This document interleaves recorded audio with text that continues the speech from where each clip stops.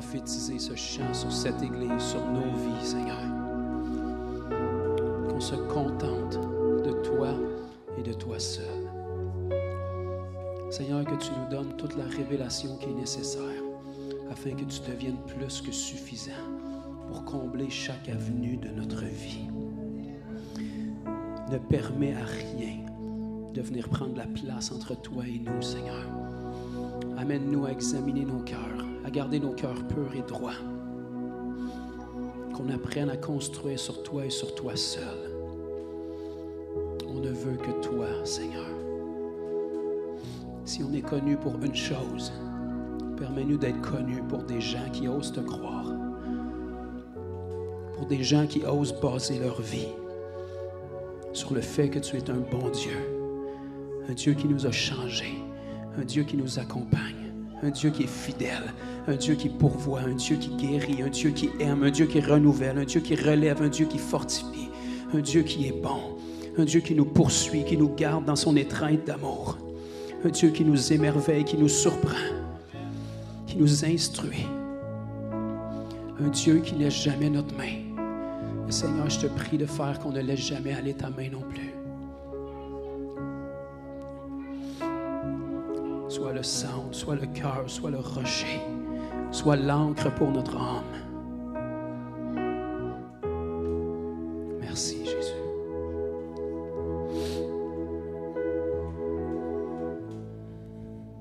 Merci, Jésus. Fais-le en nous. Fais-le au milieu de nous. Renouvelle-nous constamment. S'il y a quoi que ce soit, des tracas de cette vie qui vient mettre confusion dans cette réalité-là, dans cette vérité-là, renouvelle notre intelligence, Seigneur. Fais qu'on soit ancré et fondé sur cette vérité. Tu es suffisant. Le seul chemin, la seule vérité, la seule vie. On a trop vu, on a trop entendu. Où irions-nous, Seigneur? C'est toi qui as les paroles de la vie. On a tellement vu que ce que le monde a à offrir est rien comparé à ce que tu peux nous donner. Et Seigneur, il est hors de question qu'on retourne à nos anciennes voies. Tu es trop merveilleux. Tu gagnes trop à être découvert. Quelle vie excitante de placer notre vie entre les mains de celui qui nous a créés pour un but, l'amoureux de notre âme. Merci de nous faire grandir constamment dans cette vérité, Seigneur. Sans toi, on ne peut rien faire. J'ai dit, sans toi, on ne peut rien faire. Rien, rien, rien. Seul toi, l'auteur, le consommateur de notre foi, celui qui a fermé le pas du juste, celui qui remplit notre bouche, qui nous inspire, celui qui nous touche, qui nous renouvelle, qui nous fortifie, notre espérance. Toi et toi seul, Seigneur. Merci, merci, merci. On ne te le dira jamais assez. Je te prie, Seigneur, de faire que notre merci soit toujours des plus sincères. Que jamais on oublie de où est-ce que tu es venu nous chercher. Que jamais les petits problèmes de notre vie actuelle ne mettent en oubli de ce quoi tu nous as sauvés dans le passé, Seigneur. Où est-ce qu'on serait sans toi? Pour beaucoup d'entre nous, on ne serait même plus là sans toi. Merci, Jésus. Le Dieu qui est le même hier, aujourd'hui et éternellement le même. Le même Dieu qui a eu compassion de nous lorsqu'on ne te cherchait pas. Celui qui nous a poursuivis, qui nous a aimés le premier. Celui qui a conquéri notre cœur. Préserve-nous, Seigneur. Donne-nous le discernement qui est nécessaire. Ne nous soumets pas à la tentation, mais délivre-nous de tout mal et permets-nous de te représenter à la juste mesure. Que notre vie te reflète tellement que cette nation puisse tomber en amour avec toi. Amen.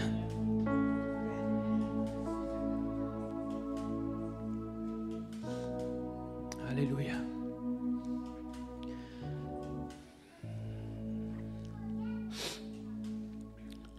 Merci Annie. Amen. Est-ce qu'on peut remercier de tout cœur notre sœur Annie?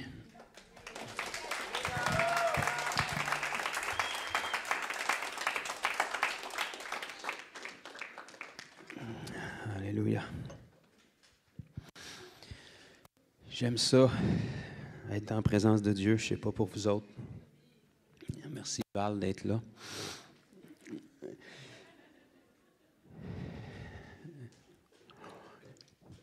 savez qu'aussi banal ça peut sembler, c'est là que le plus gros du travail se fait.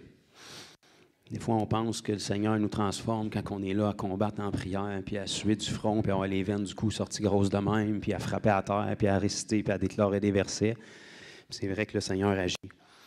Mais il n'y a rien qui est comparable à juste être dans sa présence. Puis oser croire qu'il sait quoi faire avec nos vies. Oser croire que quand on le loue, qu'on l'adore, qu'on l'élève, il est présent. Oser croire qu'il y a une destinée pour notre vie, puis qu'il en sait plus que nous autres. Osez croire qu'il est capable de faire l'impossible.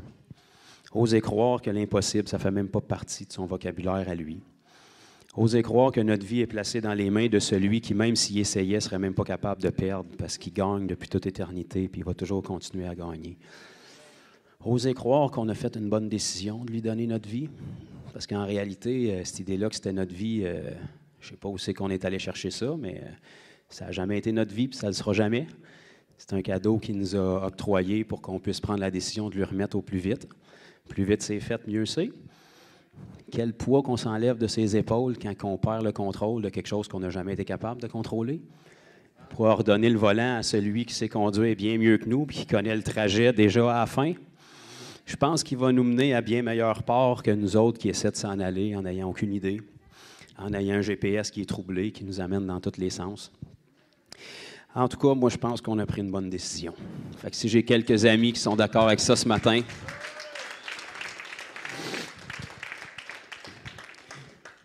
on a une formule gagnante, mes amis. Je vous annonce que si vous avez mis les pieds ici un matin, vous êtes condamnés à être bénis. Il va falloir vivre avec, parce qu'on a un Dieu qui a juste ça en réserve pour vous. Vous savez qu'il n'y a pas un sac de malheur au ciel, puis il est impatient de trouver une désobéissance pour vous les laisser tomber sur la tête, là. Désolé, ce n'est pas ce Dieu-là qu'on prêche ici. Il n'y a personne au ciel qui s'attend que vous ayez un échec. Il n'y a personne au ciel qui s'attend que vous soyez triste. Dieu sur le trône, tous les anges qui l'entourent, puis la grande nuée de témoins qui nous ont précédés sont là à vous acclamer, à vous applaudir, à vous encourager, puis à dire « Ça va bien aller. Ça va être correct. » Vous êtes là parce qu'on a versé notre sang pour vous autres. Vous êtes encore capable. Je sais qu'au milieu de l'épreuve, quand vous pensez que c'est au-delà de vos capacités, puis que vous êtes le chrétien le plus persécuté de la planète, là, ça va aller. Il y a des choses pires que ça. On se secoue, ça va aller. On ne vivra jamais pire que le Seigneur. C'est une belle nouvelle encourageante. Donc, pour vous remettre un petit peu le sourire, je vais vous partager quelques témoignages avant qu'on retourne dans la parole. Ça fait un petit bout, là, j'essaie de vous garder à jour dans les événements, les salons qu'on fait. Puis ça fait déjà quelques salons qu'on a fait dans les dernières semaines pour lesquels je n'ai pas eu le temps de vous partager quelques témoignages. Donc, est-ce qu'il y a quelques personnes ici qui seraient peut-être intéressées d'entendre quelques trucs que Jésus a fait? Merci, Diane. Bon, il y en a quelques-uns. Je pense que ça vaut la peine. Donc, il y a quelques semaines en arrière, 3 semaines environ, on était à Trois-Rivières. Donc ça, c'est une ville qui a 3 rivières, fait qu'ils ont appelé ça Trois-Rivières. Fait qu'on était là dans un salon ésotérique extérieur. C'était vraiment pas une vie de missionnaire difficile. On était devant la plage avec le gros soleil à parler de Jésus. C'est pas toujours comme ça, mais là, on en a profité. Et puis vraiment, on a vu, pouvez-vous croire ça, on a vu le Seigneur agir. Ça a l'air qu'il était d'accord avec l'idée qu'on aille là. De toute façon, si on n'y avait pas été, il n'aurait pas pu agir là, fait qu'il devait être content qu'on soit là. Et puis, le samedi, évidemment, je n'ai pas pu y être. Il y avait une équipe qui était là avec mon partenaire avec qui je fais les salons depuis des années. Puis, il y avait 2 frères qui sont allés participer. C'était leur première fois dans les salons. Ils évangélisaient déjà. Mais je peux vous dire, en pesant mes mots, qu'ils ont comme adoré l'expérience, à un tel point qu'ils veulent toutes les faire à cette heure si c'est possible. Il y a même un frère qui a été tellement touché qu'il s'est offert pour défrayer une partie des coûts de la table parce qu'il trouvait que c'était tellement merveilleux l'opportunité qu'on avait. C'est un frère qui était habitué d'évangéliser dans son quotidien, dans son travail, dans les rues, dans les parcs, mais là, il s'est retrouvé dans un salon où est-ce que c'est un autre niveau. En fait, le maximum de mouvement que tu fais dans une journée, c'est à peu près ça. Puis tu pries pour du monde sans arrêt, sans arrêt, sans arrêt, qui viennent à toi. Donc, il a trouvé que c'était vraiment rentable et puis il a vu une multitude de miracles se produire. C'est tellement condensé dans des salons comme ça que les gens qui viennent, généralement, ils voient plus de miracles que dans toute leur vie chrétienne rassemblés parce qu'il y a vraiment un climat de foi qui s'installe. Il y a tellement de guérisons, puis de miracles, puis de gens touchés qui arrivent successivement que ta chair n'a même pas le temps de douter parce que tout ce qu'elle a comme visuel pour se nourrir, c'est la gloire de Dieu qui touche des gens. C'est des gens qui pleurent, c'est des gens qui sont touchés, c'est des gens qui sont guéris. Donc ça fait vraiment un climat de foi, puis c'est vraiment un outil merveilleux pour former les gens. Moi, j'étais là le dimanche. Je ne voulais pas rater ça. Et puis, je vous le répète, puis je ne peux pas tout raconter parce que les gens penseraient qu'on en rajoute, là, mais on peut rencontrer tellement de personnes dans une journée complète, dans des salons comme ça. On perd le fil après 1 heure. On ne sait même plus combien de monde qui ont été guéris puis touchés quand il y a des gens qui n'ont jamais vu dans toute leur vie chrétienne du monde guéri puis touché. Puis, il n'y a absolument rien de différent qu'on a fait à part juste être là et obéir à la parole. Il y a une femme qui est passée au kiosque le dimanche, quand elle a su qu'est-ce qu'on faisait, elle a pris un pas de recul, parce qu'elle m'a dit, moi, je connais ça, des croyants puis des chrétiens. Fait que je voyais une grosse lumière rouge dans son front, j'ai été blessé, puis maintenant, je suis en colère. Donc, elle a quand même accepté que je prie pour elle, puis au fur et à mesure qu'elle avait des guérisons, parce que la madame, elle avait à peu près tout pour elle, les problèmes, là. Elle avait eu bien des accidents. Puis elle était tellement émerveillée de voir que ses douleurs partaient que là, elle a commencé à s'ouvrir tranquillement. Puis j'ai été capable, pour la première fois de sa vie, peut-être qu'elle avait, je vais être dosé parce que c'était une femme, mais entre 45, 50 puis 120 ans, mettons, dans ce range-là, c'était la première fois de sa vie qu'elle entendait l'Évangile. Après avoir été blessée par la religion ou parce que des gens ont fait au nom de Dieu. Donc vraiment, c'est encore une belle preuve supplémentaire pour moi que la puissance de Dieu est nécessaire. Quelqu'un peut être fermé initialement à l'Évangile, c'est pas qu'elle est fermée à l'Évangile, c'est qu'elle est fermée à sa perception de ce que tu vas lui dire.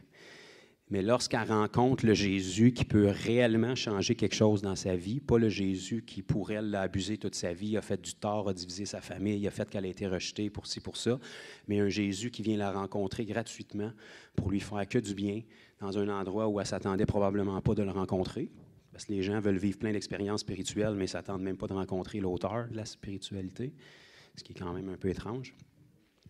Ça m'a permis de semer l'Évangile dans sa vie.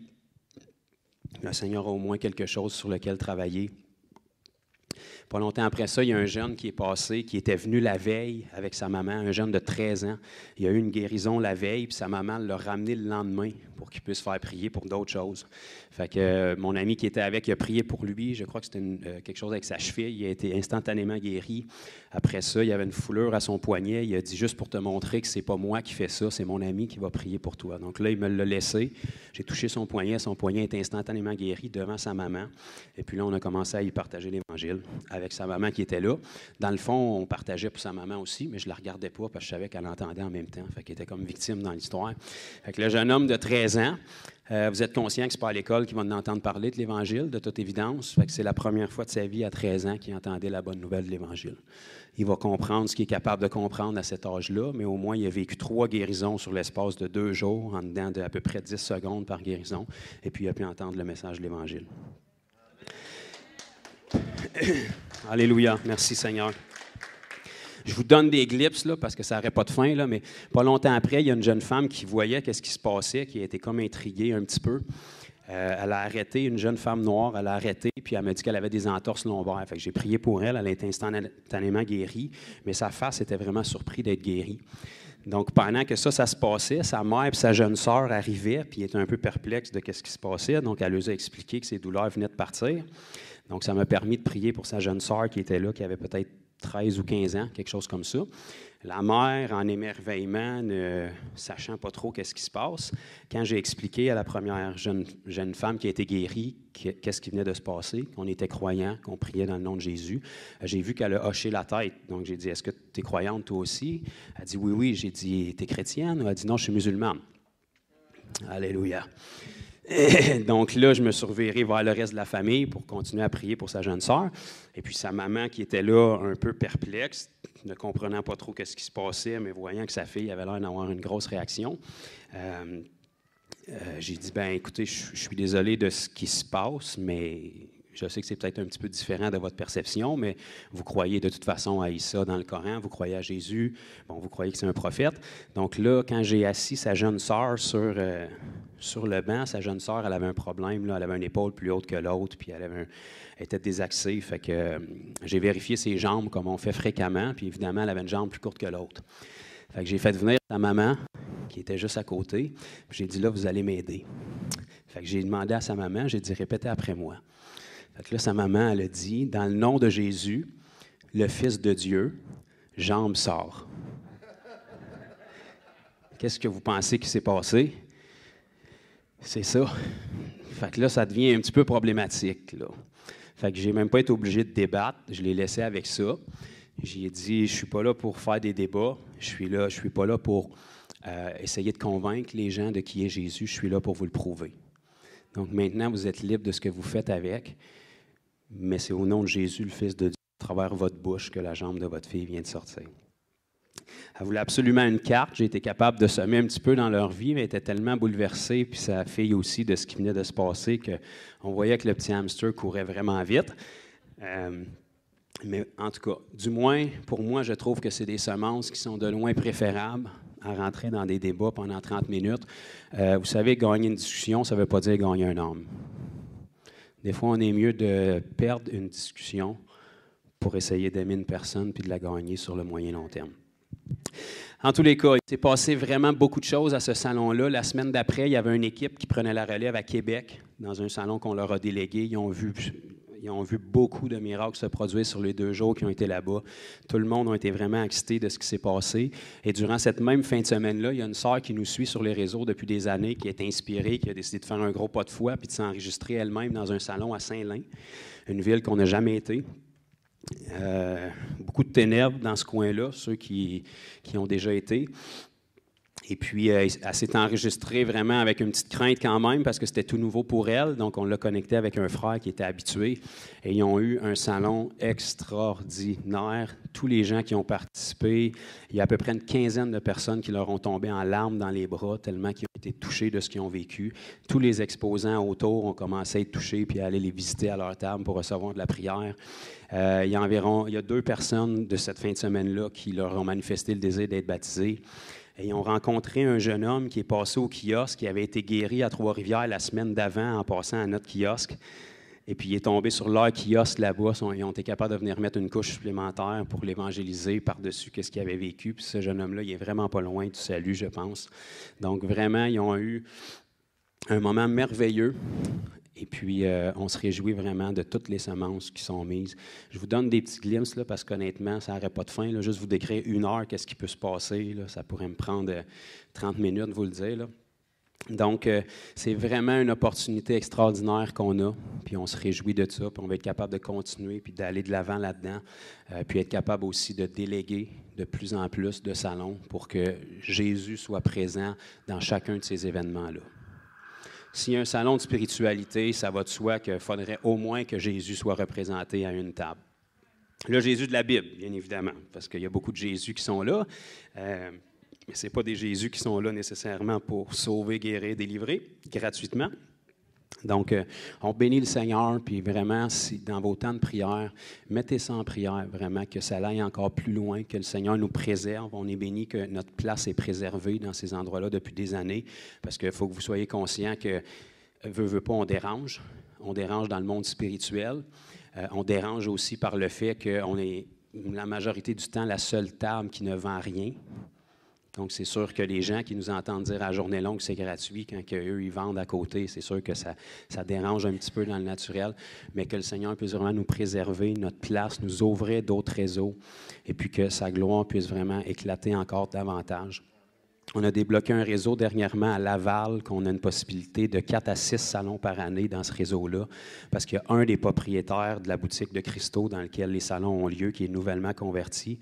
Il a été touché par ce qu'on faisait, puis il nous a donné plus que 50 % de rabais sur nos tables à cette heure.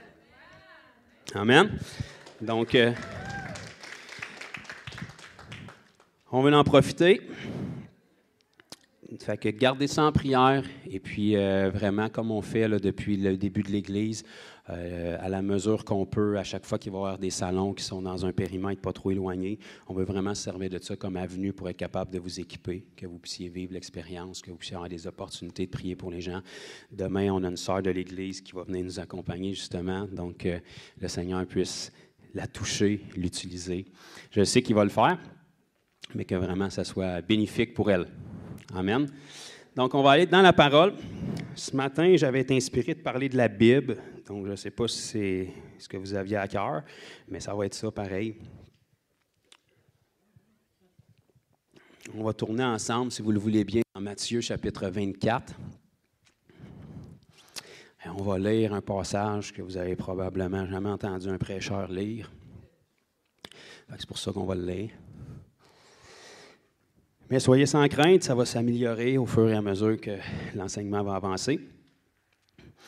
Et croyez-le ou non, on va parler d'un sujet un matin qui est assez basique dans la vie chrétienne. Pourtant, c'est un sujet qui est parmi un des sujets les plus négligés.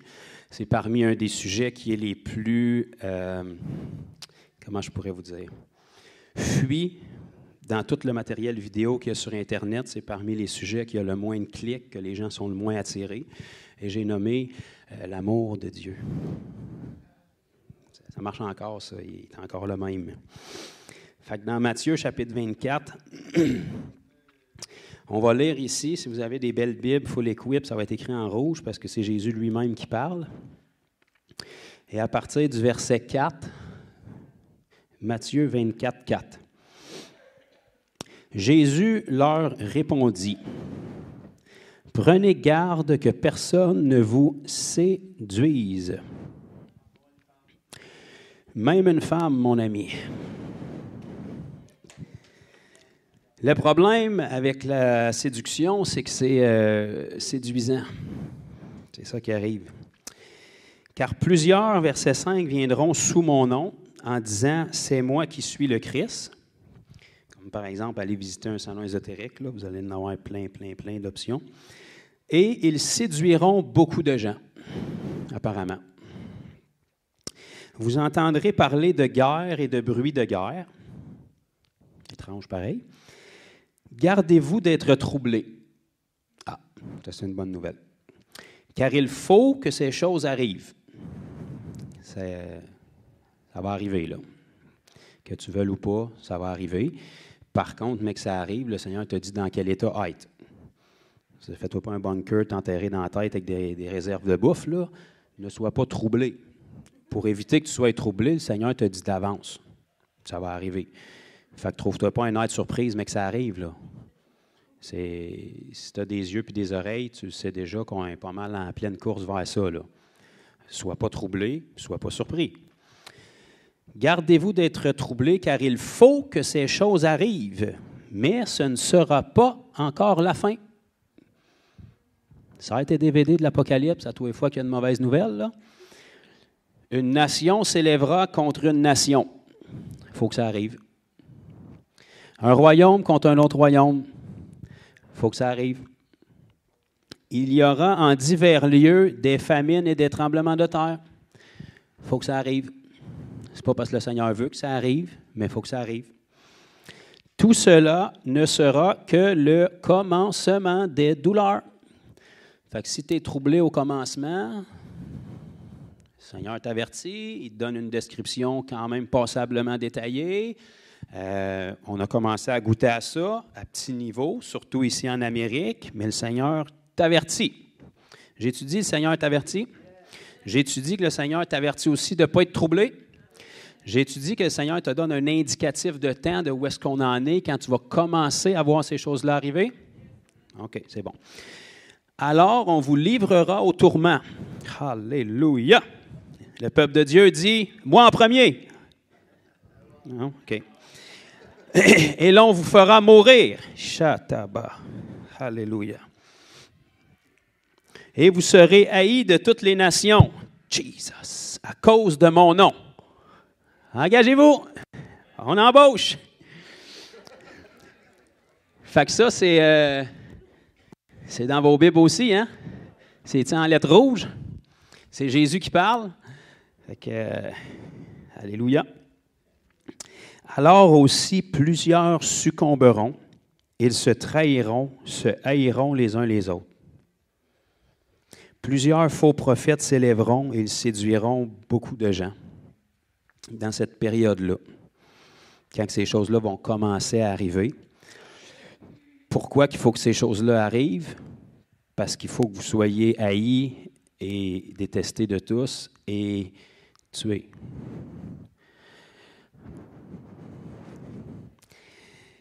Pourquoi que ces choses-là arrivent? Parce que quand ta vie est en jeu, tu es sincère dans ton message.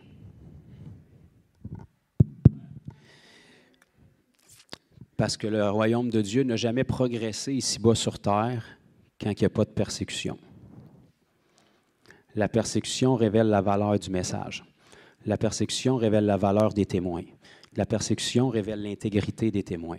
La persécution est le moyen que Dieu utilise, même si ça ne vient pas de lui, pour s'assurer que tu sois obligé de dépendre de lui, parce que quand il n'y a pas de persécution, tu penses que tu vis d'un monde de licorne puis d'éléphants roses, puis on attend l'enlèvement chez tabac.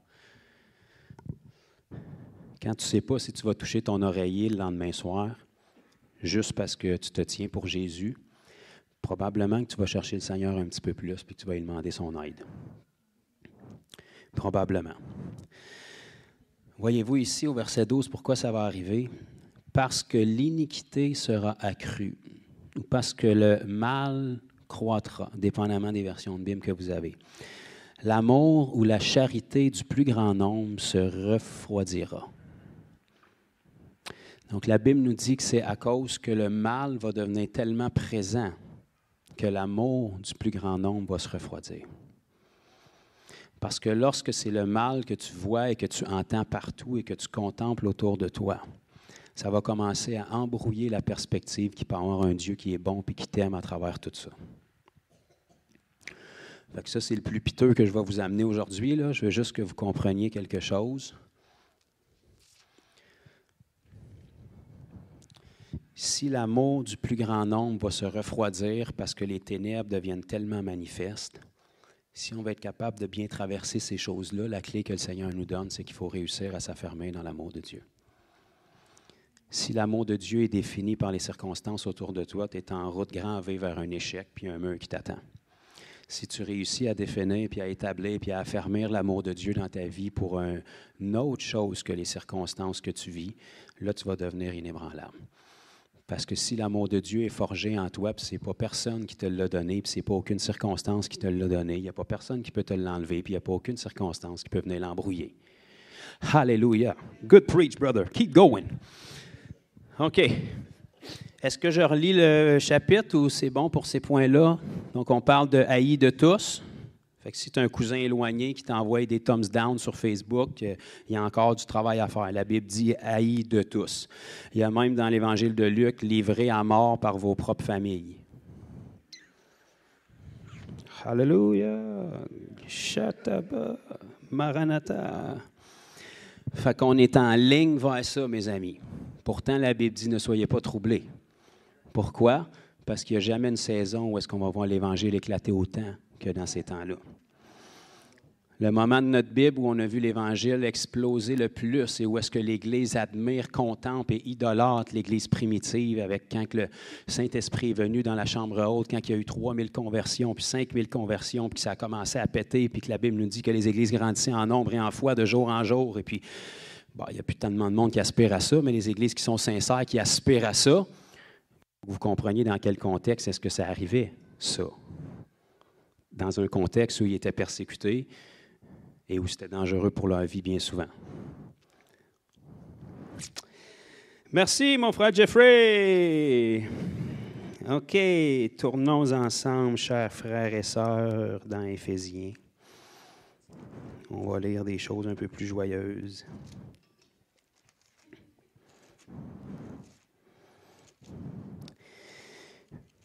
Fait que là, quand on va avoir des mauvaises nouvelles, ce qu'on ne fera pas ici à l'Église, c'est d'être surpris. Parce que le Seigneur nous avait avertis. Il nous avait avertis au moins 2000 ans d'avance. Fait qu'on sait exactement ce qui est devant nous. Maintenant, à partir de là, on va se préparer pour ce qui est devant nous, pour que quand ces choses-là vont commencer à arriver et s'intensifier, le reste du monde qui, eux autres, vont être à terre dans la panique puis démolis, va être différent de l'Église. Parce que si l'Église est aussi dans la panique, aussi désarmée, aussi déstabilisée, puis aussi à terre que le reste du monde, il va faire noir, là. Il n'y a pas bien d'espoir, là. Vers qui les gens du monde qui sont déstabilisés puis qui ne savent pas où est-ce que le monde s'en va vont se tourner, si ceux qui savent où est-ce que le monde s'en va ne savent plus où est-ce qu'ils s'en vont. Shut up. Bon. Éphésiens chapitre 3, à partir du verset 13. Donc, on a Paul ici qui écrivait à Éphèse. Paul qui était quand même pas pire au niveau des persécutions puis des tribulations. Donc, ses paroles ont quand même un poids quand il parle. Donc, on parle d'un homme qui a été lapidé, laissé pour mort, qui est même mort et qui a été ramené à la vie, qui a vécu une multitude d'épreuves, exposé au froid, au jeûne multiplié, qui a fait naufrage à plus d'une fois, qui a reçu les 40 coups moins 1 à plus d'une reprise, qui partout où est-ce qu'il allait, il y avait des miracles et automatiquement, après les miracles, il y avait des conversions et automatiquement, après les conversions, il y avait des persécutions. Traîné devant les magistrats, devant les juges, encore et encore et encore. Et cet homme-là avait cru bon d'encourager l'Église qui était toujours à terre en train de critiquer sa couleur du tapis pendant que lui il était jugé pour n'avoir que prêché l'Évangile.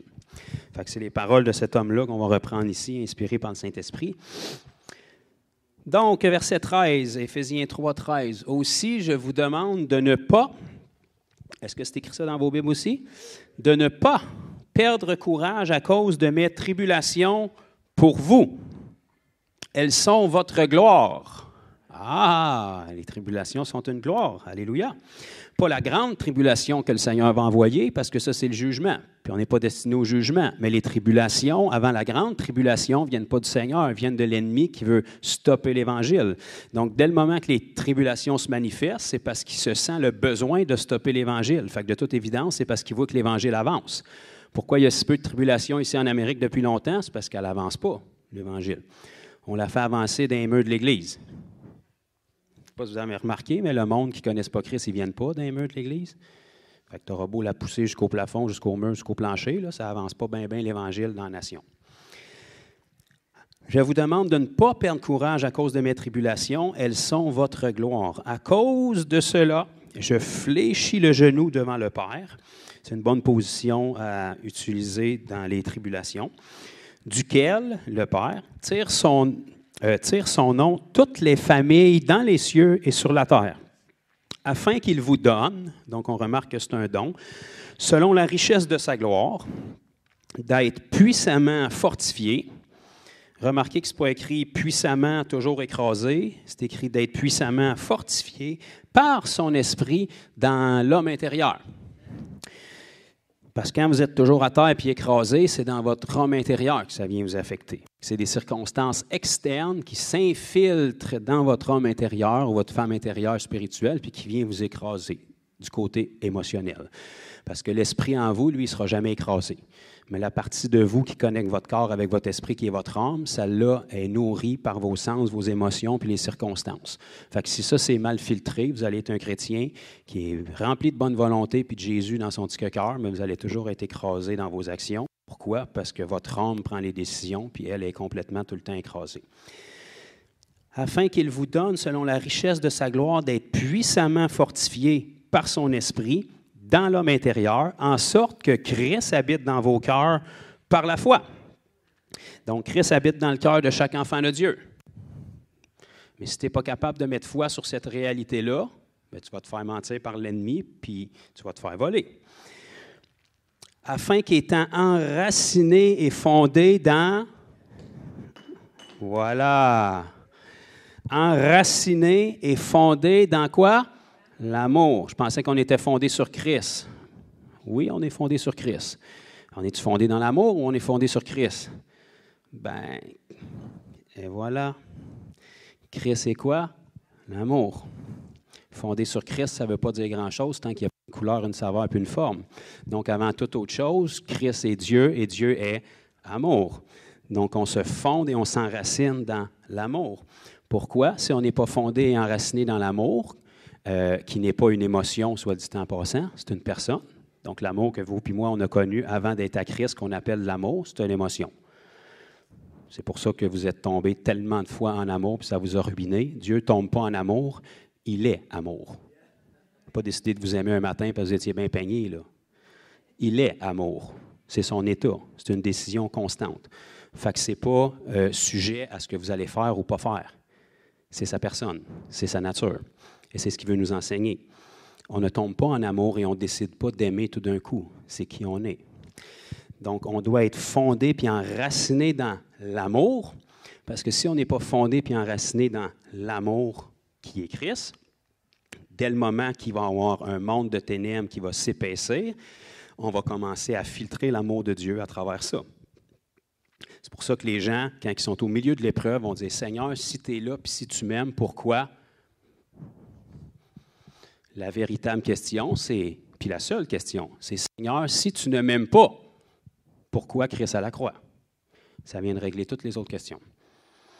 On ne filtre pas l'amour de Dieu à travers quoi que ce soit d'autre que Christ et Christ crucifié. Point final. Sa déclaration d'amour pour toi, ce n'est pas comment ta vie va bien ou pas bien.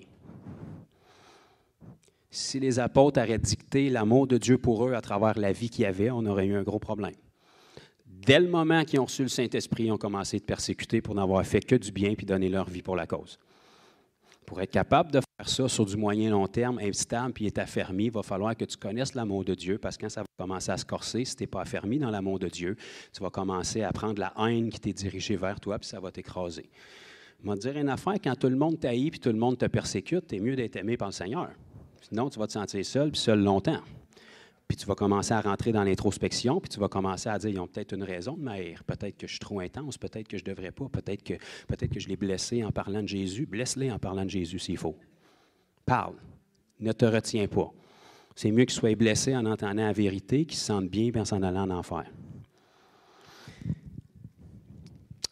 En sorte que Christ habite dans vos cœurs par la foi, afin qu'il est enraciné et fondé.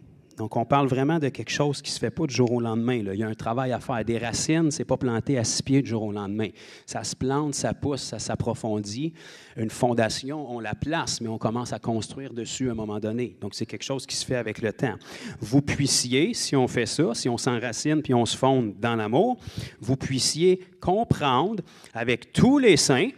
Personne n'est exclu. Il n'y a pas de groupe d'élite qui, eux autres, comprennent l'amour, puis ils ont de l'amour, puis les autres n'ont pas. Non. Avec tous les saints, quelle est la largeur, la longueur, la profondeur et la hauteur? Le Seigneur est-tu gentil? Il essaie de couvrir toutes les dimensions que nous autres, on connaît ici-bas. La largeur, la longueur, la hauteur et la profondeur. Et connaître l'amour de Christ. Donc, la largeur, la hauteur, la profondeur de quoi? De l'amour de Christ. Qui surpasse toute connaissance, en sorte que vous soyez remplis jusqu'à toute la plénitude de Dieu. Si tu n'approfondis pas, tu ne t'enracines pas, tu n'es pas convaincu, tu n'es pas immergé, tu n'es pas submergé, tu n'es pas noyé dans l'amour de Dieu constamment, dans cette réalité-là, tu ne pourras jamais marcher dans la plénitude de Dieu.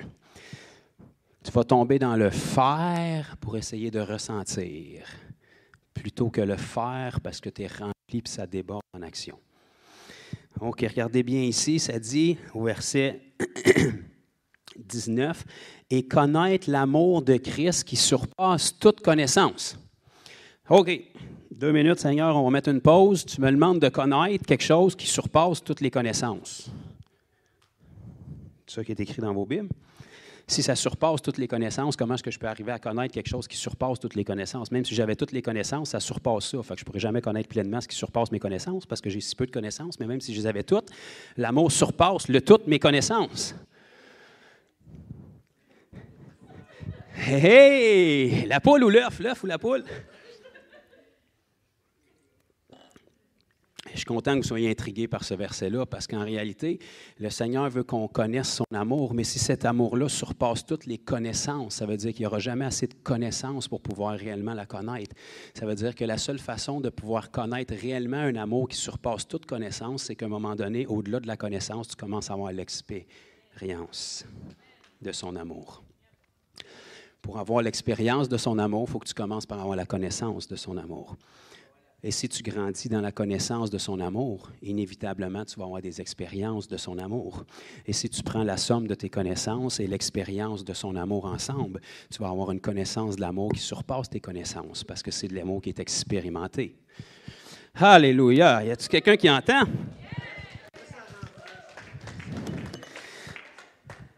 Fait qu'on commence par la foi, on vit par la foi. La Bible nous dit dans Habakkuk 2,4, Galates 3,11, Hébreux 10,38, Romains 1,17, mon juste vivra par la foi.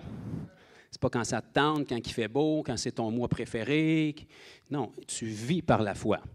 Tu ne te promènes pas avec une petite ceinture, puis tout d'un coup, tu sors ton petit fusil de foi, puis tu tires des versets bibliques parce que tu les as lus cette semaine. Non, tu vis par la foi. Tu vis par la foi. Si tu arrives devant l'épreuve et tu cherches ton petit fusil de foi, il est trop tard, là. Tu vis par la foi. Tu es scellé par la foi. Tu es affermi, tu es fondé, tu es enraciné. La foi en quoi? La foi en Dieu. Dieu est quoi? Dieu est amour. Ça commence par là.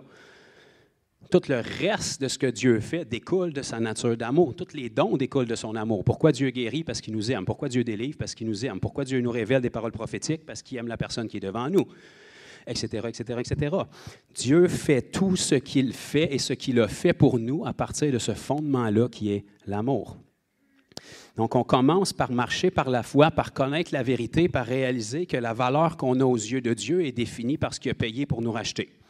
Donc, il n'y a personne qui voit un char à 5 000 $ qui est tout pourri avec 300 000 kilos, qui s'en va voir le gars et qui dit « Je te donne 10 000 moi, pour ton char. » D'habitude, tu vas essayer même de le négocier pour 4 000. Parce qu'on sait que la valeur de quelque chose ici-bas est définie par ce qu'on paye.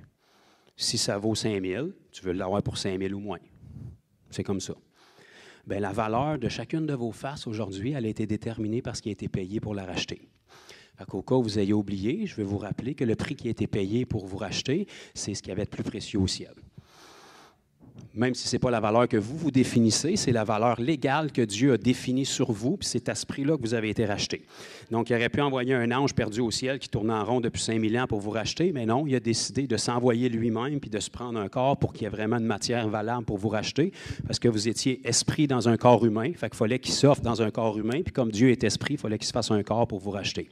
Fait qu'il a déterminé ce qu'il y avait de plus précieux, c'est-à-dire lui. Il est venu ici dans un corps qu'on a appelé son fils, parce que c'était lui le Père qui a créé le corps, puis il est venu s'offrir à votre place pour vraiment déterminer le price tag sur votre front. Fait qu'à tous les matins, quand vous vous levez puis vous vous regardez dans le miroir, vous dites hey, « c'est vrai, on m'a vendu à l'enchère à ce prix-là. » Ça a l'air pareil, hein? Si je regarde sur le marché, c'est encore le prix le plus cher qu'on peut payer pour quelque chose. La vie de Dieu lui-même, qui est venu dans un corps humain vivre une vie parfaite, qui, pour n'avoir vécu une vie parfaite, n'a eu que de la haine, que du rejet, que des abus, que de la trahison, puis il l'a fait avec une grande joie. Tu sais qu'à n'importe quel moment, il aurait pu dire « Bon, c'est assez les coups, là. On a assez eu, là. Bon, j'ai guéri le 3/4 de leur maladie, c'est déjà pas pire. Là. Maintenant, on va se donner un petit break. » Non, il les a tous pris. Il aurait pu se dire, je le sais, qu'il y avait peut-être 35 % de la population mondiale qui ne vont jamais se tourner vers moi. Fait que je ne mourirai pas pour eux autres, ça ne donne rien. Ils ne vont jamais m'accepter. Non, il a versé son sang pareil pour eux autres. Fait que dans l'éternité, ces gens-là vont savoir exactement pourquoi ils sont jugés, parce qu'il y avait la même opportunité que les autres. Le parfait sang de Jésus avait été versé autant pour eux autres que pour ceux qui ont dit oui. Puis je peux vous dire que la chose la plus terrible, la plus paniquante, la plus troublante quand vous traversez de l'autre côté, c'est le fait que vous savez que vous êtes passé à côté. Il n'y a personne qui est l'autre bord dans l'ignorance. Vous avez une notion d'éternité qui est claire, et vous le savez qu'il n'y a pas de fin. Et vous le savez clairement que le chemin, c'était Jésus, puis vous le savez clairement que vous l'avez manqué. Juste ça, pendant quelques secondes, c'est suffisant pour vous donner frette dans le dos, puis je peux vous garantir que ce n'est pas quelques secondes, c'est sans fin. La quantité de ténèbres qu'il y a de l'autre côté est tellement épaisse que vous pouvez l'attraper avec vos mains, tellement c'est intense. Et le niveau de solitude qu'il y a là est troublant et éternel. Ou je vous invente ça pour attirer votre attention, ou le Seigneur m'a montré certaines choses, mais de grâce, n'y allez pas de ce côté-là. Et c'est de ça que le Seigneur a voulu nous sauver. Et c'est le prix qu'il a mis sur votre tête et sur la nôtre. Et si on se souvient toujours que le seul filtre de l'amour de Dieu pour nous, c'est Christ et Christ crucifié. La Bible nous dit dans Romains chapitre 5, verset 8, je vais vous donner le verset, je ne sais pas que vous pensiez que j'ai inventé ça. car lorsque nous étions encore pécheurs. Dieu démontre son amour envers nous, en sorte que lorsque nous étions encore pécheurs. Bon, est-ce qu'il y en a qui étaient pécheurs? Oui. Papa? 2, 3, il y en a quelques-uns. Fait que les autres, vous étiez saints, gloire au Seigneur. Pour ceux qui étaient pécheurs, lorsque vous étiez encore pécheurs, Christ a montré son amour envers vous, en sorte que lorsque vous étiez encore pécheurs, il est mort pour vous. Fait que je ne sais pas si c'est là combien de temps vous étiez encore pécheurs, mais lui, c'est là 2000 ans qu'il est mort pour vous. Fait que probablement qu'il est mort avant que vous ayez commis vos premiers péchés. Je ne sais pas quel âge vous avez, mais je vous donne le bénéfice du doute. Fait que sachant très bien l'étendue des temps, puisqu'il est l'alpha et l'oméga, le commencement et la fin, puisque c'est lui qui a créé le commencement puis la fin, parce qu'il est en dehors du commencement puis la fin, sachant très bien ce que vous alliez faire, il vous a aimé avant même que vous ayez fait quoi que ce soit de bien ou de mal. Sachant très bien que vous alliez pécher contre lui, briser son cœur, lui désobéir, comme n'importe quel bon père qui ne se réjouit pas de voir son enfant traverser des misères à cause de ses mauvaises décisions, puis qui voudrait faire n'importe quoi pour l'amener à prendre d'autres décisions, mais parce que cet être-là que tu as créé a le libre arbitre comme toi tu l'as, il faut que tu endures ses mauvaises décisions, puis que tu souffres en silence, puis que tu sois là simplement pour l'aider, puis lui tendre la main s'il finit par prendre une bonne décision. Pensez-vous qu'on tient ça parce qu'on est si intelligent, ou on a reçu ça peut-être de notre Père Céleste, mettons? Alors que nous étions encore pécheurs, il s'est sacrifié pour nous. Il a déterminé le prix sur nos vies. Ça ne me dérange pas qu'est-ce que tu en réserves, ça ne me dérange pas qu'est-ce que l'ennemi en réserve pour toi, ça ne me dérange pas le nombre de péchés qui est en réserve. Quand le Seigneur, dans le passé, a donné sa vie il y a 2000 ans, il l'a fait avec la perspective de tout ce que tu allais faire, et puis il a décidé que ça en valait la peine. Si la croix n'est pas là pour te révéler quelque chose, c'est te révéler à quel point tu n'es pas bon, tu es un pourri, puis tu es un moins que rien. La croix est là, au contraire, pour te révéler à quel point tu es extraordinaire aux yeux de Dieu. Si tu n'étais pas bon, il ne se serait pas donné ce misère-là pour toi. Au contraire, il voyait quelque chose en toi, une capacité en toi que toi, tu ne vois pas, puis que le diable ne veut absolument pas que tu vois. Une capacité qui avait été perdue par l'erreur de nos premiers parents, puis nous autres, on a juste écopé, puis à cause de la même nature, on a fait les mêmes erreurs qu'eux autres. Mais parce que Dieu est juste, comme nos premiers parents ont eu le choix, il fallait qu'on ait le choix. C'est pour ça qu'il est venu nous donner la bonne nouvelle. Pour la même raison qu'il avait placé l'arbre de la connaissance du bien et du mal dans le jardin pour que nos parents aient un choix, il a fallu que Jésus vienne pour qu'on ait nous aussi un choix, sinon on aurait été condamnés. On est né en route pour la condamnation. On est né avec la culpabilité, puis on était en route grand V pour l'enfer puis le jugement, puis on le méritait fortement.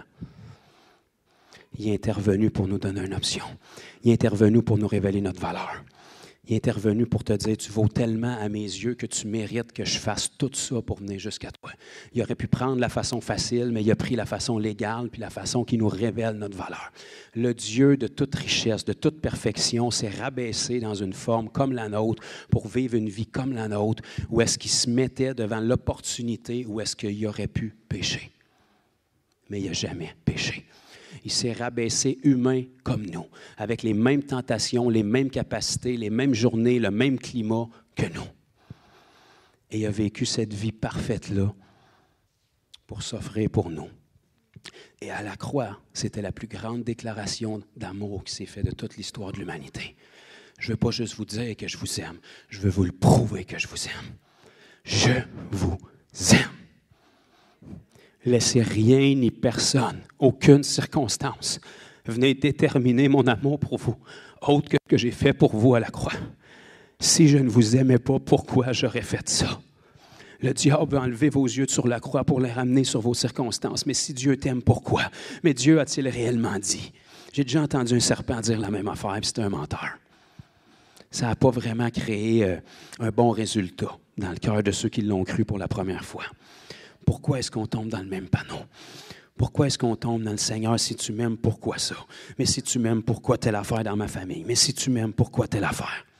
Devant chaque problème, devant chaque circonstance, c'est problème. Si Dieu ne m'aimait pas, pourquoi sur la croix? Si Dieu ne m'aimait pas, pourquoi je suis encore en vie? Parce que j'ai lu dans ma Bible que tu es là pour voler, égorger et détruire. Fait que si je suis encore en vie, de toute évidence, parce que tu es trop faible pour me tuer, sinon ça ferait longtemps que je serais mort. Fait que si je me suis rouvert un œil un matin, c'était pour te rappeler que tu es un perdant. Puis la preuve que je suis encore en vie et que je respire encore en ce moment, c'est parce que Dieu est forcément de mon bord. Parce que si tu avais le pouvoir que l'Église semble te donner, ça ferait longtemps que je serais mort. Parce que tu travailles jour et nuit, tu ne sommeilles pas ni ne dors pas, puis toutes tes petits mignonnes qui travaillent pour toi sont là pour m'éliminer au plus vite, puis pourtant je suis encore là. non seulement je suis encore là, mais si j'ai été sauvé, c'est parce que le Seigneur m'a préservé, même dans le temps que j'étais ton esclave, jusqu'à temps que je puisse entendre parler de toi et que je sois racheté. Fait que tu n'es tellement pas bon que tu n'as même pas réussi à me tuer quand que je te servais. À combien plus forte raison, maintenant que j'appartiens au Seigneur et qu'il y a une alliance et un héritage envers moi, il ne va pas me préserver. Si je suis capable d'enlever mes yeux de sur les circonstances puis passer mes yeux de sur la seule chose qui me dit que ma valeur. Christ et Christ crucifié. Christ et Christ ressuscité. Et nous qui avons été placés en lui, qui est ressuscité avec lui. Sois sécurisé. S'il y a une chose qui est extraordinaire avec le Seigneur, c'est que tu n'as pas besoin d'être stressé. Tu es en sûreté, tu es en sécurité, tu as un bon Père. Tu n'échapperas pas ton salut en chemin. Je veux juste dire publiquement, la caméra est où? Je ne crois pas à la doctrine « sauver un jour, sauver toujours ». Tu mets-tu poignet comme il faut? Je ne crois pas à la doctrine « sauver un jour, sauver toujours », car je n'ai pas encore trouvé un verset biblique pour l'appuyer. Par contre, ce que je ne crois pas, c'est que tu vas perdre ton chalut en l'échappant de ta poche tout d'un coup. En Christ, si tu ne renonces pas à ce que tu lui as dit, tu es sécurisé. Tu peux t'y dire, tu peux te refroidir, de grâce, reste pas dans cette situation-là, mais un couple qui a des hauts et des bas, ce n'est pas un couple qui se divorce. C'est un couple qui peut se relever, qui peut travailler, puis qui peut se fortifier, puis c'est la même chose dans ta relation avec le Seigneur. Si tu restes accroché au Seigneur, puis tu ne renonces pas à ton oui que tu lui as donné, il peut certainement avoir des hauts puis des bas, mais à un moment donné, tu vas être renouvelé, puis tu vas avoir des hauts. Parce que même si ta vie est remplie de hauts puis de bas, toi, tu es toujours en haut. Jésus, dans la tempête, il n'était jamais en dessous. La tempête, soit dit en passant, n'a jamais été un problème. C'est nous autres qui en fait un problème. C'est ta perspective, la tempête, qui en fait un problème. Jésus était soit capable de dormir dans la tempête ou marcher sur l'eau dans la tempête. C'est la même tempête, mais ça n'a jamais été un problème pour lui. Si tu es enraciné puis fondé dans l'amour, tu vas être excité même de voir la tempête. Tu vas dire « Oh, j'ai réussi à énerver le diable à ce point-là. Intéressant, merci de me donner des indices. Je vais essayer de me souvenir de ce que j'ai fait dernièrement. Ah, oh, hey, OK, c'est ça qui s'énerve de même. » À faire sur ma liste, plus souvent ces choses-là, là. Parce que si ça te dérange à ce point-là, puis tu es obligé d'amener des tribulations, des persécutions qui n'ont qu'un seul but, essayer d'amener la tempête en dedans de moi pour essayer de me ralentir et de me stopper. Et idéalement, si tu arrives à le faire, que j'amène 3-4 chrétiens mal affermis avec moi dans ma chute. Si ça n'arrive pas, ça veut dire que l'autre option qui te reste après la tempête, c'est la défaite, dans le fond. Ah, OK, intéressant. Fait que je vais y aller pour la défaite. Parce que comme je suis plus que vainqueur, je suis appelé à gagner tout le temps.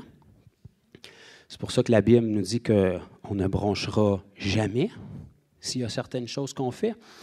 La Bible nous dit aussi que la victoire qui triomphe du monde, c'est notre foi. Fait qu'il y a une possibilité de toujours triompher. Pas de jamais avoir de combat. J'ai dit de toujours triompher. Fait que si tu veux toujours triompher, il faut que tu aies constamment des victoires à remporter. Fait que quand que l'opportunité de la victoire se présente, commence pas à prier, Seigneur, enlève cette épreuve-là. Comment tu vas remporter ta victoire?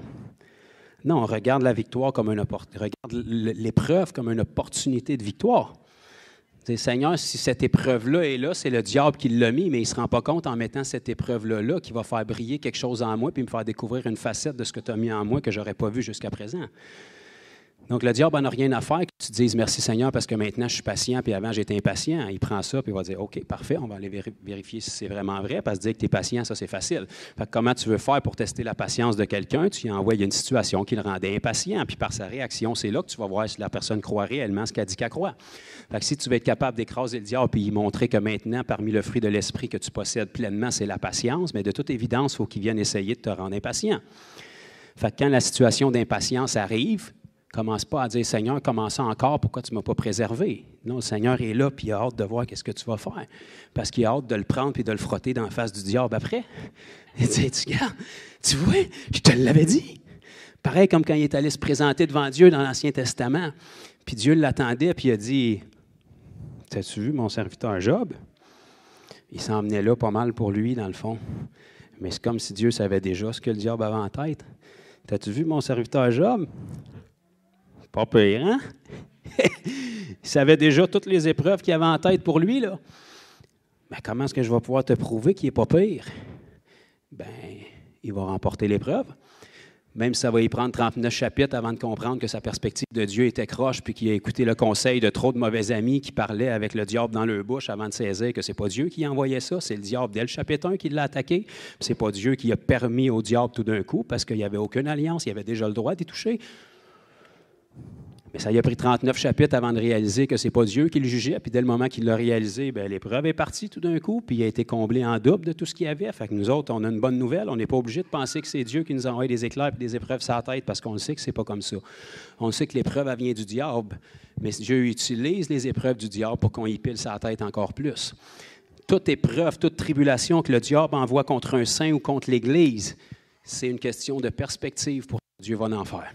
Si ta perspective est saine, cette épreuve-là va se transformer en victoire qui va pouvoir frotter en pleine face du diable pour voir, regarde, les armes que tu avais planifiées contre lui, c'est les mêmes armes que je prends et que je retourne contre toi. Non seulement je ne l'ai pas fait à sa place, non seulement je ne l'ai pas enlevé de l'épreuve, il est resté dans l'épreuve, mais il a vaincu l'épreuve par la foi en moi avec les armes que j'y avais données. Je pense que j'ai partagé ça dans l'école du disciple cette semaine, mais est-ce qu'il y en a qui se souviennent de l'histoire de David et Goliath? Wow! Est-ce qu'il y en a qui lisent la Bible? Ici, peut-être deux. Bon, il y en a deux là. Bon, David, c'était David, puis Goliath, c'était Goliath. Puis à un moment donné, ils se sont retrouvés où est-ce qu'il y avait comme un petit combat, parce que Goliath, c'était comme le chef de l'armée des Philistins, parce que c'était un géant, il était bien grand, il était bien méchant, puis tout le monde avait peur de lui. Puis Israël était comme dans l'esclavage parce qu'il n'osait pas aller se battre contre Goliath, parce qu'il était bien intimidant. Il était bien grand. Puis là, il y en a un qui a pris son courage, qui s'appelait David, puis il a décidé d'y aller, parce que lui, il n'était pas capable de tolérer qu'un soldat de l'armée des Philistins insultait publiquement le Dieu d'Israël, puis que tout Israël était assis dessus dans le tremblement. Il dit, y a-t-il quelqu'un qui va faire quelque chose? Combien de temps vous allez laisser aller ça, là? On est en train de laisser le diable nous barouetter, puis personne n'agit. Y a-t-il quelqu'un qui se souvient qu'on a un Dieu qui nous a fait traverser la mer Rouge à sec? Y a-t-il quelqu'un peut-être qui se souvient de ça? Y a-t-il des problèmes avec Goliath qui est en avant? Moi, y aller, moi. Le même Dieu qui m'a défendu, puis qui m'a permis de déchirer la gueule de l'ours, puis qui m'a permis de protéger les brebis pendant des années, quand j'étais en train d'être façonné pour mon ministère, quand tout le monde se moquait de moi, puis j'étais tout seul dans le champ avec ma petite harpe puis mon lance-roche. C'est le temps de vous montrer qu'est-ce que Dieu a préparé dans ma vie pendant ces années-là. Parce que pendant qu'il me préparait à m'occuper des brebis puis des moutons dans le champ, il était en train de façonner en moi le pasteur que je serais pour le peuple d'Israël un petit peu plus tard. Puis j'ai appris, pendant que tout le monde se moquait de moi, à utiliser mon lance-roche. Puis j'ai appris à utiliser ma harpe. C'est pour ça que quand mon oncle Saül était agité par les démons, il était capable de jouer de la harpe puis d'amener les démons à le lâcher. Juste ouvre une parenthèse, ferme la parenthèse. Si en jouant de la harpe inspirée par Dieu, tu es capable d'amener les démons à quitter quelqu'un, ça se peut-tu qu'il y ait des sortes de musique qui peuvent amener les démons à habiter quelqu'un? Alléluia. Donc, ce David-là, il s'est dit, quelqu'un doit intervenir, puis il semble avoir personne de mieux que moi pour intervenir. Il est descendu à la course à la rencontre de Goliath sur le terrain de combat où est-ce que Goliath était. Remarquez ce qu'il n'a pas fait, c'est qu'il n'a pas combattu Goliath avec les armes de Goliath, ni avec l'armure que Saül avait mis sur lui. Il est allé sur le terrain de l'ennemi, mais avec ses armes à lui. On n'a pas à combattre contre la chair et le sang, mais contre tous les esprits qui sont dans les lieux célestes. Et nos armes ne sont pas charnelles, mais sont puissantes. On combat sur le terrain de l'ennemi, mais on ne combat pas avec les armes charnelles de l'ennemi. On va sur le terrain avec nos armes. Et ça a pris une pierre, dirigée par Dieu, avec les armes que Dieu avait données à David pour abattre Goliath. Mais remarquez que dès le moment que Goliath a planté, c'est avec quelle arme que David est allé l'achever? Avec l'arme de Goliath. Si ta perspective est capable d'être saine dans l'épreuve, puis tu es capable de ne pas tomber le panneau d'aller combattre dans la chair, mais de rester dans l'esprit, les armes qui avaient été forgées contre toi, Dieu va te permettre de les acquérir puis de retalier contre le diable. Je ne sais pas pourquoi je l'ai dit en anglais, mais je ne sais pas le mot en français. Riposter, répliquer contre le diable. Et non seulement ça, dès le moment qu'il a coupé la tête de Goliath avec l'énorme épée de Goliath, elle est comme disparue du portrait pendant une couple d'années, puis un petit peu plus tard, on voit mon oncle Glavine qui passe parler avec un sacrificateur, puis qui doit aller combattre, puis qui n'a pas d'arme avec lui, puis il demande au sacrificateur, « T'as-tu ça, toi, une arme ici? » Le sacrificateur dit, « On n'en a aucune à part celle de Goliath, le Philistin. » David a dit, « C'est parfait, amène ça ici, il n'y en a pas une comme elle. » Qu'est-ce que ça veut dire? Tous les combats que tu remportes, puis les armes que l'ennemi forge contre toi, si tu es capable de garder une perspective saine, d'être enraciné et fondé dans l'amour, non seulement tu vas vaincre l'ennemi avec, Dieu va le frotter dans la face du diable, mais ça va être des armes que tu places pour ton futur, que tu vas pouvoir utiliser dans le futur. Parce que toute épreuve qui est conquérie devient une arme puis un témoignage pour toi. Puis tu vas pouvoir faire exactement comme David. Le même Dieu qui était avec moi pour que je puisse déchirer l'ours puis que je puisse déchirer le lion. Il va être encore avec moi contre ce Philistin incirconcis qui insulte mon Dieu. Je parle-tu à quelqu'un peut-être de ce bord-là? Mais ça, mes amis, quand le monde entier est contre toi, si tu n'es pas fondé et enraciné dans l'amour, tu vas tomber dans le panneau de l'apitoiement et du rejet.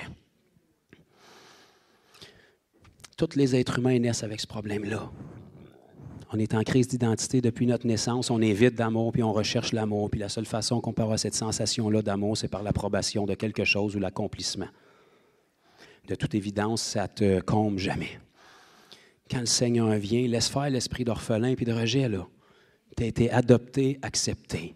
Tu n'es plus en besoin d'amour, tu es comblé d'amour. Je suis désolé, mes amis, mais il n'y a personne de vous autres qui a le pouvoir de blesser mon petit cœur parce que je ne me suis pas levé un matin pour que vous pensiez comme moi. Fait que ça vient de vous désarmer.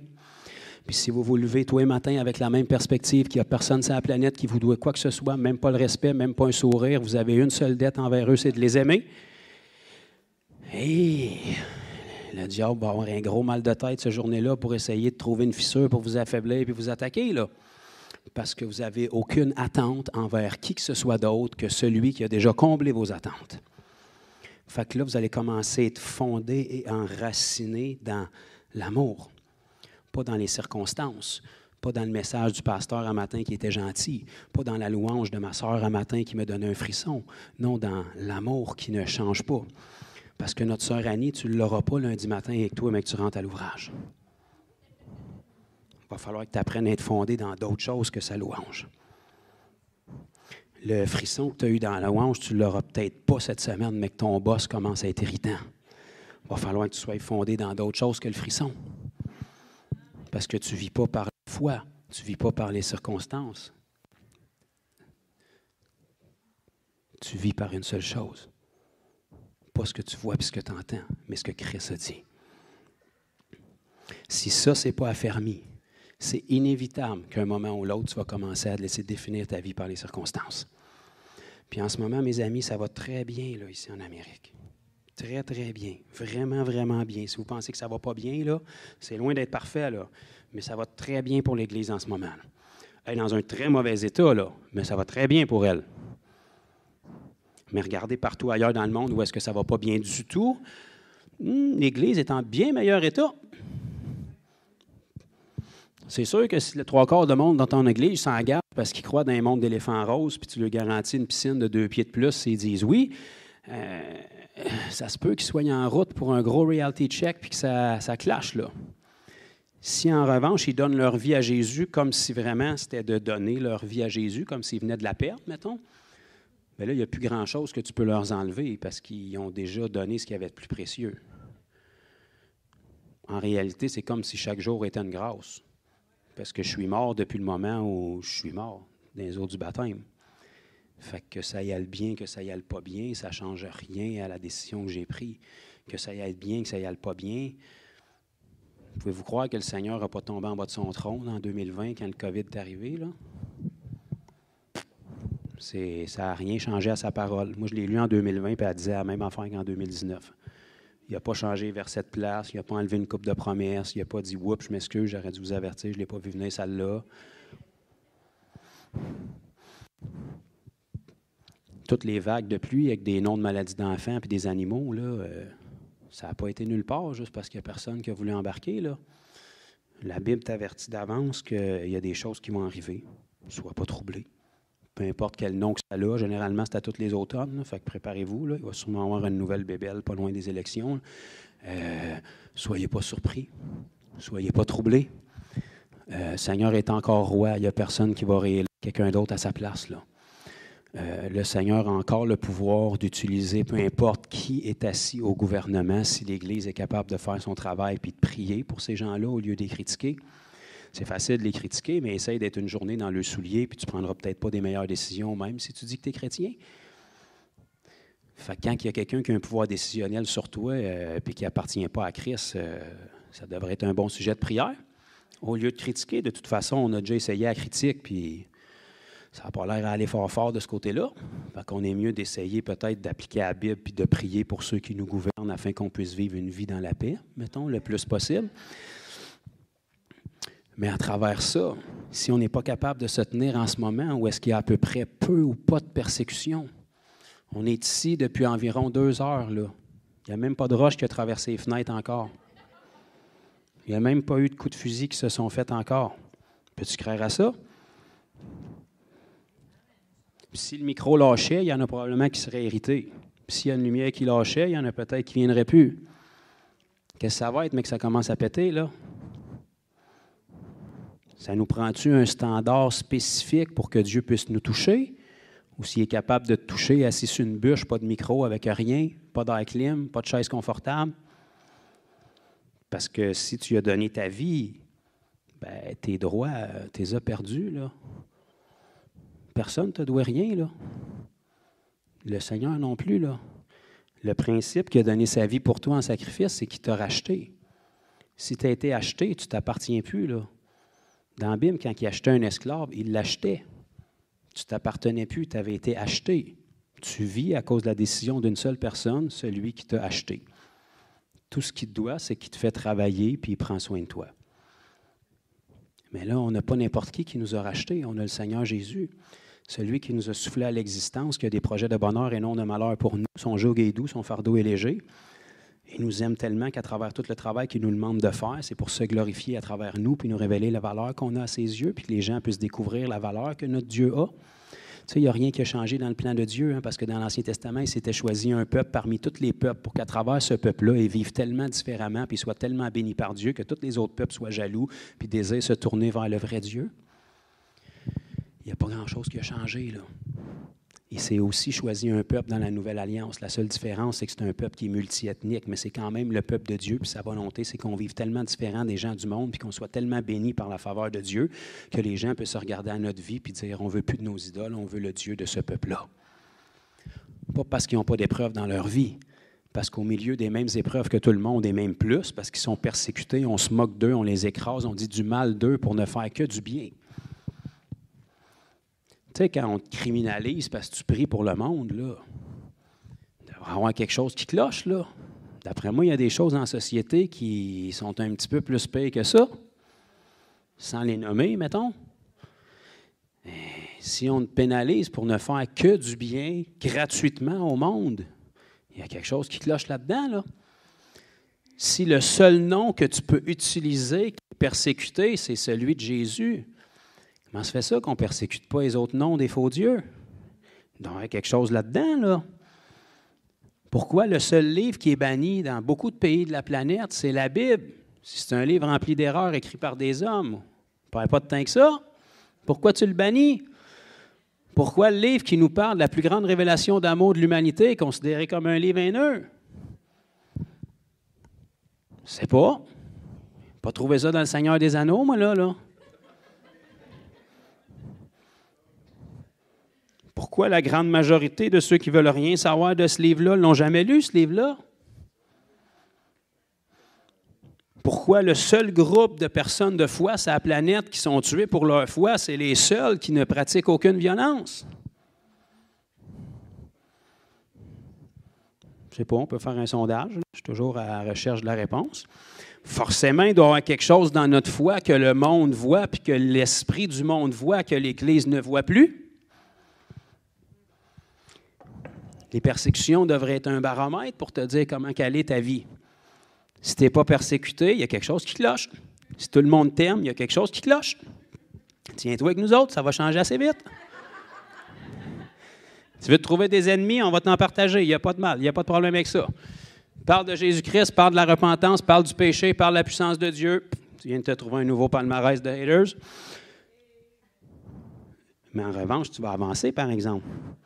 Parce que dès le moment qu'il y a de l'opposition, c'est signe que tu as touché quelque chose. C'est signe que tu déranges quelqu'un. L'Église est tellement persécutée depuis longtemps parce qu'elle s'en regarde le nombril qu'en réalité, elle ne se rend pas compte qu'il n'y a aucune persécution là. C'est juste le fruit de tes décisions charnelles et stupides parce que tu ne connais pas le Seigneur et tu n'es pas consacré. Tu es persécuté partout autour de toi parce que tu es détestable, pas parce que tu es spirituel. Tu es tellement spirituel que personne ne peut t'endurer parce que tu fais juste parler, mais tu ne vis pas. Vous comprenez pourquoi je n'ai pas beaucoup d'amis et il y a plus de monde qui m'aime moins? C'est à cause des choses comme ça. Mais en revanche, tu avances, par exemple. Fait que notre baromètre de comment on avance avec le Seigneur devrait être déterminé par comment est-ce qu'on dérange. Parce que la Bible, en tout cas ma Bible me dit clairement, malheur à vous quand on ne dira que du bien de vous.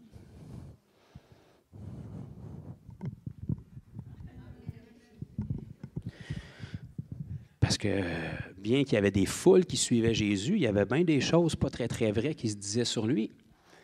Pourtant, c'était l'amour personnifié, là, ce Jésus-là. C'est juste qu'il y en a qui, à cause de ce qu'ils pensaient être l'amour, il y avait de la difficulté à réconcilier le fait que l'amour personnifié puisse dire des choses comme « Repentez-vous, sinon vous périrez tous », avec le sourire et dans l'amour. Alléluia. Tu dis ça dans l'Église aujourd'hui, tu vas te faire éclairer de ton poste. C'est pour ça que je suis obligé d'avoir ma propre Église. Repentez-vous, sinon vous périrez tous. Alléluia. Ce n'est pas une œuvre, la repentance, là. C'est une décision. On n'est pas sauvé par les œuvres, on est sauvé parce que tu décides d'y renoncer à tes péchés. Ce n'est pas une question d'œuvre. C'est si tu veux tes péchés, garde-les. S'il faut que je te l'ouvre de la porte de l'enfer, va te l'ouvrir, là. C'est pas un manque d'amour, ça. Tu veux y aller? Vas-y. Je te suggère fortement de ne pas y aller. Moi, je ne veux pas y aller, en tout cas. Mais si tu veux y aller, je ne perdrai pas mon temps. Il y a du monde qui ne veulent pas y aller, qui sont dans l'ignorance, puis qui sont 2 pieds dedans, là, parce qu'ils n'ont pas su. Fait que si ça fait 10 ans que je travaille sur ton cas puis tu n'en veux pas, ça se peut que je secoue la poussière de mes pieds puis que j'aille au suivant. Dans l'amour, là. Rempli d'amour, là. OK, on va juste lire quelques autres versets pour que ça sonne comme si c'était biblique, cette histoire-là. On va aller dans l'Ancien une fois. Comme ça, je vais être un prédicateur complet. Alléluia. Isaïe, chapitre 43.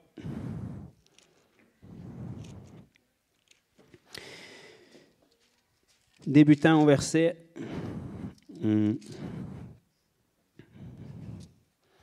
4. C'est Dieu ici qui parle à son peuple, qui était le peuple d'Israël à cette époque-là, qui est maintenant nous, qui sommes les véritables Juifs, circoncis de cœur. Alléluia. Isaïe chapitre 43, verset 4, ce Dieu-là dit « Parce que tu as du prix à mes yeux ». Ce n'est pas écrit aux yeux de ton voisin, aux yeux du gouvernement, c'est écrit « Parce que tu as du prix à mes yeux ». Fait qu'on s'en fout le prix que les autres mettent sur toi. Dieu dit que tu as du prix à ses yeux. Fait quel regard tu veux attirer? Quel regard tu veux conquérir? De quel regard tu veux l'approbation? Bon, si tu prends celle de Dieu, mettons, tu as du prix à ses yeux. Ça, c'était dans Isaïe environ 700 ans avant qu'il te donne le prix. 700 ans après, il a envoyé le prix, c'était Jésus. C'est le prix que tu avais à ses yeux qui te parlait à cette époque-là par Isaïe. Parce que tu as du prix à mes yeux, parce que tu es honoré et que je... Wow! Belle histoire, ça. Ça a de l'allure, hein? Mettons que tu t'adonnes à saisir ça puis à y croire, là. Qui d'autre qui a besoin de t'aimer, dans le fond? Ça va aller, là. Je suis bien content que tu m'aimes, puis tant mieux, mais mettons que ce n'est pas le cas. Je vais m'en sortir. Je vais m'en sortir assez bien, même. Je te dirais qu'en fait, ça ne changera pas grand-chose que tu m'aimes ou pas. Parce que si je réussis à simplement croire que je t'aimais de Dieu, c'est le meilleur service que je peux te rendre. Parce qu'on va être capable d'aimer notre prochain seulement et seulement si on arrive à saisir la portion de l'amour de Dieu pour nous. Jésus a dit que les 2 plus grands commandements, c'est tu aimeras le Seigneur ton Dieu de tout ton cœur, de toute ta force et de toute ta pensée. Et tu aimeras ton prochain comme toi-même. Fait qu'est-ce que c'est possible d'aimer son prochain sans s'aimer nous-mêmes? Je viens de vous décrire votre vie amoureuse de toutes les années avant que vous rencontriez le Seigneur, ou est-ce que vous cherchiez votre tendre moitié pour vous combler? Ça a l'air que personne n'était même à la hauteur d'être votre moitié, parce que vous n'avez jamais été comblé, parce que vous n'êtes pas capable d'aimer tant que vous n'êtes pas aimé. Puis on cherche à être aimé avant de pouvoir faire de quoi? Tu ne seras jamais aimé si tu ne réalises pas qu'il y en a un seul qui est capable de t'aimer. Ça ne me dérange pas c'est qu'il ou c'est qu'elle avec qui tu es. Même si c'est la meilleure personne sur la planète, il ne sera pas capable de t'aimer à ta juste valeur. Ce n'est pas sa portion. C'est celle de Dieu. Si tu es capable d'aimer le Seigneur ton Dieu, tout ton cœur, toute ta force et toute ta pensée, alors tu pourrais aimer ton prochain comme toi-même. Ça veut dire que la seule façon de t'aimer toi-même pour être capable d'aimer ton prochain comme toi-même, c'est d'aimer ton Seigneur ton Dieu premièrement. Parce que plus tu aimes Dieu, plus tu vas être capable de comprendre la révélation, tu vas être fondé et enraciné dans l'amour. Et tu vas être capable d'aimer les gens à la mesure où tu réalises comment tu as été aimé. L'amour qu'on manifeste aux gens est toujours proportionnel à la révélation qu'on découvre de l'amour de Dieu. C'est pour ça que la Bible nous dit qu'on doit avoir la connaissance, mais cet amour-là surpasse toute connaissance. Fait que plus on s'approfondit dans cette connaissance-là, à un moment donné, on relâche notre foi là-dessus, puis cette connaissance-là va devenir une expérience de son amour et des expériences de son amour. Et plus on a d'expériences de son amour, en plus de la connaissance de son amour qui nous révèle, on va commencer à être fondé puis enraciné dans cet amour-là. Donc là, on va être capable de voir les gens qui nous entourent à travers les yeux de celui qui nous a aimés le premier. On va avoir le cœur de Dieu et les yeux de Dieu. C'est pour ça que la Bible nous dit qu'on va être reconnu, et tout spécialement dans la fin des temps, à l'amour. L'amour, ce n'est pas juste des mots, c'est des actions. C'est pour ça qu'on guérit les malades. C'est pour ça qu'on chasse les démons. Quelqu'un qui est dans la misère, il donne une tape sur l'épaule, il dit « ça va aller ». Puis tu le traverses mieux que moi. Et moi, être dans ton cas, je serais pire que toi. Lâche pas. Ça peut sembler d'être très empathique, puis de l'amour, là. Mais c'est on ne peut plus loin de ce que c'est de l'amour. L'amour, ça ne te console pas dans ta misère, ça te sort de ta misère. Te consoler dans ta misère, ça reviendrait à dire le Seigneur veut que tu traverses ça. C'est correct. Il veut t'enseigner par la maladie, il veut t'enseigner par les oppressions. Lâche pas. Ça, c'est pas de l'amour. Quand tu vois ton enfant en problème, tu ne le laisses pas d'un problème. Tu le sors de là, puis après, tu lui expliques pour pas qu'il retourne dans ces problèmes-là. C'est la même chose avec Dieu. Bon, j'ai lu dans l'Ancien Testament. C'est bon, Dieu nous aime dans l'Ancien. Il nous aime dans le Nouveau aussi. On va lire ensemble dans... il y en aurait tellement. Dans quel qu'on va lire? Quel ça vous tente de lire? On va lire dans 1 Corinthiens. Pendant qu'on tourne dans 1 Corinthiens, chapitre 13, je vais vous citer Jean 3,16, car Dieu a tant aimé le monde. C'est pas dit qu'il vous a toléré, c'est pas dit qu'il vous a enduré, c'est dit qu'il vous a aimé. Je sais que vous ne vous aimez pas et que vous n'aimez pas votre prochain peut-être non plus, mais lui, il nous a aimés. Fait que de toute évidence, si on n'était pas aimable et il nous a aimés, c'est parce qu'il nous a aimés pour d'autres choses que nos actions. C'est comme s'il nous avait aimés pour notre valeur en dépit de nos actions. Pas voulant dire qu'il approuve nos actions, mais voulant dire que la seule raison qu'on fait ces actions-là, c'est parce qu'on ne connaît pas notre valeur. Fait que plutôt de corriger nos actions, il s'est dit, je vais aller corriger leurs valeurs, puis leurs actions vont changer. Il y a bien des affaires qui sont bonnes dans ce que je vous dis. Moi, je serais content d'être assis à votre place. Maintenant donc, 1 Corinthiens chapitre 13 et le verset 13, maintenant donc, ces trois choses demeurent, la foi, l'espérance et l'amour. Mais la plus grande des trois, c'est Alléluia! Pourquoi? Parce qu'elle est éternelle. La foi, vous en avez besoin maintenant parce que vous servez et aimez un Dieu que vous ne voyez pas et que vous n'entendez pas et que vous n'avez jamais rencontré face à face. Pourtant, vous croyez qu'il est vrai comme s'il était vrai parce qu'il est vrai. Parce que vous avez commencé par manifester cette foi-là dans un Dieu que vous ne voyez pas et que vous n'entendez pas, mais dès le moment qu'il a scanné votre foi, il a commencé à se révéler à vous. Puis même si vous ne l'avez pas vu, puis vous ne l'avez pas entendu peut-être avec une voix audible, vous avez commencé à sentir ses effets, vous avez commencé à voir ses effets. Tu ne peux pas voir l'auteur des effets, mais quand tu vois les effets, tu sais que l'auteur est derrière, et puis par les effets qu'il fait, tu apprends à connaître l'auteur. La Bible nous dit que Jésus était le reflet de la gloire de Dieu et l'empreinte de sa personne. Une empreinte, ce n'est pas une personne, mais quand tu vois l'empreinte, tu sais que la personne était derrière. Par l'empreinte qu'il laisse, ça te donne une idée de qui était derrière. C'est vraiment bon, on va dire une affaire. Ces trois choses demeurent, la foi, l'espérance et la charité ou l'amour. La foi, tu l'as ici-bas, mais mec, que tu sois face à face avec lui et que tu vas le connaître comme tu as été connu, tu n'en auras plus besoin de foi. Ton espérance, c'est de croire que tu vas te rendre là et que Dieu est fidèle à ses promesses. Mais mec, que tu sois face à face avec lui dans ta maison qui te prépare depuis 2000 ans, tu n'en auras plus besoin d'espérance. Mais par contre, ce qui va demeurer toujours, c'est l'amour. Dieu, tu l'aimes maintenant, puis dans l'éternité, tu vas l'aimer encore. Puis la seule raison qu'il va te tolérer dans l'éternité encore, c'est parce qu'il t'aime. Puis la seule raison que tu vas continuer à l'aimer dans l'éternité, c'est parce que tu l'aimes. parce que c'est une histoire d'amour. La Bible, ce n'est pas une histoire haineuse, c'est une histoire d'amour. C'est ceux qui ne veulent pas de l'amour qui commencent à trouver ça haineux. Mais si tu veux du sauveur et tu acceptes l'amour, il n'y a pas de problème, c'est une belle solution. La foi, l'espérance et l'amour, mais la plus grande des trois, c'est l'amour. Donc, si tu saisis ça et tu es affermi dans l'amour, ça va renouveler ton espérance et ça va faire grandir ta foi.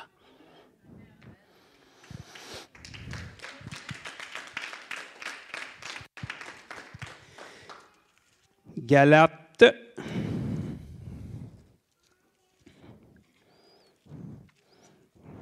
Galates chapitre 2 et le verset 20.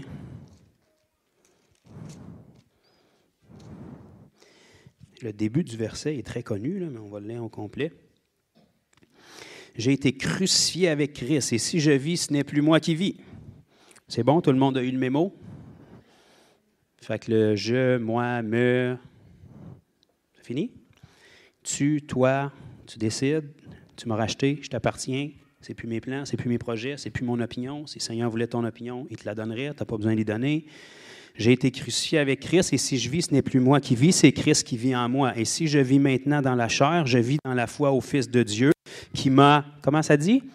Aimé, wow! Et qui s'est lui-même livré pour moi-même. Fait qu'il ne t'a pas juste aimé, il t'a montré qu'il t'aimait en mettant une action sur son amour, en déterminant le prix de son amour pour toi. La Bible nous dit qu'il nous a aimés en premier. En fait, on est tombé en amour juste parce qu'on a finalement été aimé par quelqu'un sans avoir eu besoin d'attirer son attention, sans avoir eu besoin de dire et de faire des choses qu'on n'aurait jamais dit ou fait autrement juste pour attirer l'attention. Je parle surtout aux petites filles là, qui font des choses contre leur valeur juste pour avoir le regard d'un homme qui va leur sortir « je t'aime » quand en réalité, on sait toutes les deux qu'ils ne l'aiment pas pantoute et qu'il y a d'autres choses en tête, juste pour pouvoir entendre le « je t'aime ». Puis endurer des années d'abus puis de violence juste parce que de temps en temps, il y a un « je t'aime ». Quand on est comblé, on comprend ce que c'est l'amour. Puis là, on peut aimer réellement. 1 Jean, chapitre 4. S'il y en a un qui semblait avoir compris l'amour de Dieu, c'est Jean. Pas que les autres ne l'avaient pas compris, mais la simple raison pourquoi Jean l'avait compris puis l'avait saisi peut-être à un autre niveau puis qui était plus verbal puis vocal à propos de ça, c'est parce qu'il était tout le temps plus près du Seigneur. Parce que pour apprendre à aimer quelqu'un à sa juste valeur, il faut passer du temps avec. Si tu fais juste te fier sur ce qu'on dit de quelqu'un, ça se peut que tu ne connaisses pas la personne réellement pour qu'est-ce qu'elle est. 1 Jean, chapitre 3, et le verset 1, ça nous dit « Voyez quel jugement, quelle condamnation, voyez quel amour. » 1 Jean, chapitre 3, verset 1. « Voyez quel amour le Père nous a témoigné pour que nous soyons appelés enfants de Dieu. » Okay? C'est quel amour qui nous a témoigné pour qu'on puisse être appelé enfant de Dieu? Jésus. Jésus était la manifestation de son amour, le prix qui a été payé pour qu'on puisse être appelé enfant de Dieu. C'est l'étendue de ce qui est obligé de payer pour que tu puisses être restauré dans l'état où tu aurais toujours dû être si tes premiers parents n'auraient pas pris une décision qui t'a influencé. Ce que Jésus a accompli à la croix est tellement plus grand et plus infini que ce que la majorité de l'Église moderne a saisi, que si on ferait juste réaliser la moitié de ce que Jésus a accompli pour nous, puis ce qu'il a dû restaurer, on réaliserait le gap béant qui s'est fait dans le jardin quand nos premiers parents ont fait cette erreur-là. On réaliserait à quel point ils étaient intimes avec Dieu puis qu'ils sont devenus tellement loin de Dieu en un seul instant par une seule erreur, puis on réaliserait que Jésus est venu restaurer ce qui avait été perdu. Fait qu'il y a un gap béant qui a été restauré quand on a dit oui à Jésus. Puis on est assis dessus, puis on ne s'en rend pas compte. Mais quand on approfondit cet amour-là, on cesse d'être émerveillé. Parce que pour la première fois de notre vie, on découvre un amour qu'on n'a pas besoin de mériter. On découvre un amour qui a été donné. Puis à mesure qu'on le découvre, on réalise qu'il a toujours été là. Dès le premier jour, quand je t'ai dit oui, Jésus, c'était avec l'immensité de l'amour que je connais aujourd'hui que tu as dit oui. Je ne le connaissais pas, il y a 10 ans, mais là, je le connais après 10 ans de plus. Mais il y a encore tellement à découvrir. Dans 10 ans de plus, ça va faire 20 ans, je vais connaître ton amour, puis je vais réaliser que c'est le même amour avec lequel tu m'as aimé il y a 20 ans auparavant. Tu voyais toutes ces choses-là sur ma vie que moi, je ne voyais pas il y a 20 ans, mais toi, tu le voyais. Tu étais capable de m'aimer à cette valeur-là. 1 Jean, chapitre 4, et le verset 9. « L'amour de Dieu a été manifesté envers nous en ce que Dieu a envoyé son Fils. Ce n'est pas écrit en ce que la météo va dire un matin, ce n'est pas écrit en quelle nouvelle vague va sortir, ce n'est pas écrit en qui va rentrer à la premier ministre du pays, c'est écrit en ce que Dieu a envoyé son Fils. Ça, c'est fait. Le deal est clos, c'est permanent. L'amour de Dieu est déterminé par quoi? Il a envoyé son Fils. Il n'a pas renvoyé d'autres depuis, vous allez remarquer. Puis tous ceux qui vont dire qu'ils ont été renvoyés depuis, la Bible te dit que c'est des faux prophètes, puis ne perds pas ton temps avec ça. Fait que s'il n'a pas renvoyé d'autres depuis, c'est parce que celui qui a envoyé était suffisant, puis c'est encore la même valeur qui détermine vraiment sur ta tête. Parce qu'il t'aime, tu as du prix à ses yeux, tu es honoré. C'est ça qu'il nous a dit. Tu sais, il n'est pas bipolaire, là. Il n'y a pas un déficit d'attention non plus, là. S'il t'aimait 700 ans avant Jésus, bien 2700 ans plus tard, il t'aime encore. Ses décisions ont un poids éternel. Ses paroles ne retournent pas à lui sans effet. Laisse-les donc passer dans ton cœur, ces paroles. Comme ça, ils ne retourneront pas à lui sans effet. Tu vas commencer à te fonder et enraciner dans l'amour. Puis plus les gens vont t'insulter et essayer de te rejeter, plus que ça ne te fera rien pantoute. Fait qu'à un moment donné, ils vont se dire, bien moi, je rejette le monde, puis je blesse le monde parce que je suis vide, puis je suis rejeté moi-même, mais lui, ça n'a pas l'air de l'affecter. Fait que j'aimerais ça savoir c'est quoi sa solution. Parce que toutes les solutions que le monde a à offrir, c'est très temporaire. Le monde qui blesse parce qu'ils sont blessés, le monde qui abuse parce qu'ils sont abusés. Mais s'ils peuvent trouver quelqu'un qui non seulement dit qu'il est comblé, mais il a l'air à vivre d'une manière comblée, année après année, saison après saison, peu importe ce qu'on dit de lui, peu importe ce qu'on pense de lui, bien, à un moment donné, il y a quelqu'un qui va sortir la tête du sort et va dire « Tanné d'être malheureux, moi là. Peut-être bien que je pourrais envoyer un message au fêlé qui met tout le temps les affaires Jésus sur Facebook, puis là, vous allez recevoir un message comme « Salut, ça va? » Oui, ça fait 30 ans que je ne t'ai pas vu, mais ça va, oui, ça va. Qu'est-ce que tu faisais? Partager les affaires de Jésus, là, c'est pour ça que tu m'écris sûrement. Tu sais, c'est...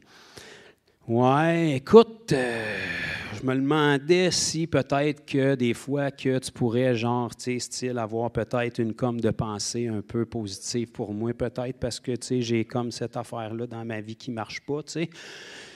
Je suis quand même, je suis pas croyant, mais je suis spirituel, tu sais, puis je vois que ça a l'air d'avoir fait quelque chose dans ta vie, là. J'ai vu ça comme ça, ces réseaux, là, tu sais, là, mais c'est ça, tu sais, peut-être tu pourras avoir une petite pensée ou m'envoyer des vœux, là, tu sais, là, peut-être comme, fait que ça commence comme ça. Ça, c'est une façon bien maladroite de dire, en dehors de tous les fils de Facebook, puis Instagram, puis TikTok, que je voyage dans le monde, puis que j'ai de l'air bien heureux avec plein d'amis, là, je suis tellement vide puis en détresse, puis toi, ça fait 10 ans que je squatte ton Facebook, puis tu as de l'air d'être heureux, fait que tu joues-tu à la même game que moi, ou tu as trouvé de quoi que je n'ai pas trouvé? Fait que je ne veux pas le dire publiquement parce que je suis humilié, mais je vais faire comme Nicodème, puis je vais aller te voir de nuit, puis je vais essayer de soutirer des informations. C'est comme ça que ça commence, mes amis. C'était comme ça il y a 2000 ans, puis c'est encore comme ça. Mais si tes réseaux sociaux changent à chaque semaine, puis tout d'un coup, tu es rendu que tu adores Maman la Terre, puis la semaine d'après, c'est Jésus, le frère du diable, puis la semaine d'après, c'est rendu l'archange Gabriel, puis la semaine d'après, tu es rendu dans les œuvres, puis la semaine d'après, tu n'es plus sauvé, la semaine d'après, tu es rendu athée, puis 2 mois après, tu reviens au Seigneur, puis si tu es mêlé, il y a des bonnes chances que le monde soit mêlé, là. Quand tu as trouvé, normalement, tu ne cherches plus. Tu as trouvé. Si tu as trouvé ici, tu vas continuer de chercher. Mais si tu as trouvé, tu as connu et tu as expérimenté et tu as approfondi cet amour-là, tu vas être capable de passer au-delà de l'opinion et du regard des gens. Tu vas être capable de comprendre que peu importe comment de post sur Jésus tu mets, si tu as 2 likes, c'est bon, mais si tu as le malheur de mettre une photo de pêche ou quelque chose de même, tu as 300 likes tout d'un coup. Ça veut dire qu'il y a 298 likes qui voient tes photos de Jésus, mais qui font comme s'ils ne les ont pas vues. Ça se peut-tu? Je parle-tu à quelqu'un? Continue. Continue. Ça fait son travail. Sois sincère dans tes partages. Si tu ne vis pas une affaire et tu partages une affaire, bien, le monde, ils vont voir le gap à un moment donné. Si tu es ferme, puis tu deviens mature, puis tu restes accroché, puis tu portes du fruit en saison, puis hors saison, il y a quelqu'un quelque part qui va te voir comme la solution à ses problèmes, puis qui va venir vers toi. Mais ça, si tu n'es pas enraciné dans l'amour, il n'y a rien qui va pouvoir durer sur le moyen et long terme. Tu vas devenir le résultat de tes circonstances. Ta vie chrétienne va être comme un jeu de ping-pong. Puis à chaque fois qu'il va arriver une nouvelle vibe dans la chrétienté, tu vas tomber pour quelque chose, puis tu vas tomber pour une autre affaire. Tu vas passer ta vie avec des nouvelles révélations. À tous les semaines, le Seigneur va te parler tous les matins pour te dire quelle sorte de bas mettre, quelle céréale prendre, mais ta vie va tourner en rond. Puis tout le monde qui te regarde entendre le Seigneur dans ta vie à tous les jours, ils se disent « Ça te fait rien. J'en veux pas de ça, moi. Je n'entends pas le Seigneur, moi, puis ça a l'air d'aller bien mieux, ma vie, là. » Bien, c'est pas supposé. On est supposé d'avoir une vie qui est tellement ferme, puis nos choix sont tellement stables malgré nos erreurs, parce que quand notre cœur est sincère et repentant, le Seigneur travaille quand même avec nos erreurs, puis il nous relève pour pas qu'on fasse les mêmes erreurs. C'est comme ça qu'on gagne les gens. Mais pour ça, il faut s'affermer, il faut s'approfondir dans l'amour, il faut découvrir cette révélation-là. Il faut apprendre premièrement par la foi à saisir que l'amour de Dieu est déterminé par une seule chose, je l'étudie, Christ et Christ crucifié. Ce que tu vis, ce que tu expérimentes, ce que les gens pensent, ce que les gens te disent, ça n'a absolument rien à voir avec qui est Dieu, ça n'a rien à voir avec son amour pour toi, puis ça n'a rien à voir avec la valeur que tu as à ses yeux à lui.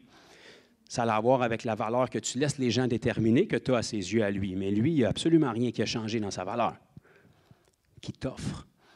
Mais si tu n'es pas affermi dans qui tu es, tu vas chercher ton identité dans ce que tu vis, dans ce que les gens vont dire, dans ce que le pasteur va te dire.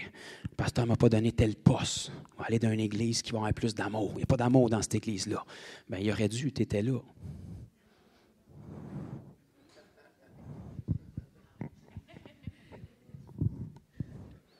Es-tu venu pour chercher de l'amour ou tu étais aimé et tu es venu pour en donner? Si tu arrives ici sans Christ, je comprends. Je ne sais pas ce que tu fais ici, mais on t'accueille puis repars pas sans Christ. Viens nous voir, on va te donner l'Évangile, puis sois sauvé parce qu'il y a un jugement qui s'en vient, puis on ne veut pas que tu y participes. Mais si tu arrives ici avec Christ, tu es venu chercher de l'amour. Pas à bonne place, là. C'est Dieu qui te comble. C'est Dieu qui est amour. Tant mieux quand tu la ressens. Mais ça se peut bien que tu sois d'un endroit rempli d'amour, mais parce que tu es blessé et tes yeux ne sont pas à bonne place, tu ne sentiras jamais l'amour. De toute façon, qui c'est qui t'a dit que tu es supposé de la sentir, l'amour? C'est une révélation, pas un état, ce n'est pas une émotion. Fait que ça se peut que tous les endroits que tu visites depuis un bout, est-ce que tu ressens l'amour, tu ressens une émotion? Puis si le Seigneur veut te rendre service, il faut arrêter ça au plus vite. Parce que s'il y a un dans l'Église que tu ressens ça, tu es une journée par semaine à l'Église, ça va être difficile ta vie, là. Ça se peut-tu qu'à un moment donné, ils veulent que tu crois à son amour sans être obligé de ressentir un frisson tout le temps? Tu sais, si j'aurais besoin que ma femme me prenne la main tout le temps pour me sentir aimé, là, ça serait un gros problème dans le couple, là. J'aurais besoin qu'elle soit tout le temps avec moi, puis que je la traîne tout le temps, puis qu'elle m'appelle aux 2 minutes pour me rappeler qu'elle m'aime. Il y aurait peut-être un petit problème d'insécurité là. Il n'y a pas besoin qu'elle me le répète tout le temps, puis je suis bien content si elle me le répète, mais un des signes qu'elle m'aime encore, c'est qu'elle est encore là. Parce qu'elle est bien capable de me parler puis de me le dire si elle veut que les choses changent. Fait qu'à un moment donné, il faut croire que s'il nous a dit qu'il nous aimait il y a 2000 ans, ça à croire. Tant qu'il n'y a pas d'autres mémos, ça ne change pas. Tu n'as pas besoin d'avoir une tape dans le dos tout le temps puis qu'il te flatte la main tout le temps. Si tu arrives à vivre ta vie à partir de là, je peux te garantir que tu vas le ressentir, son amour. Tu vas être touché par sa présence puis tu vas en vivre des expériences. Fait qu'à ta connaissance va s'ajouter de l'expérience. Mais tu ne commences pas par l'expérience, tu commences par la foi dans ce que sa parole dit. Amen. Amen. Il faudrait que j'en lise une dernière. Non, on n'en ira pas, c'est assez. C'est assez? Ouais, vous ne savez pas trop quoi dire. Il approche 1 heure, mon frère. Ça fait 5 mois qu'on est là, puis tu finis tout le temps 1 heure. Ça ne te tente pas de... Si vous finissez avant moi, il n'y a pas de problème, là, vous pouvez partir.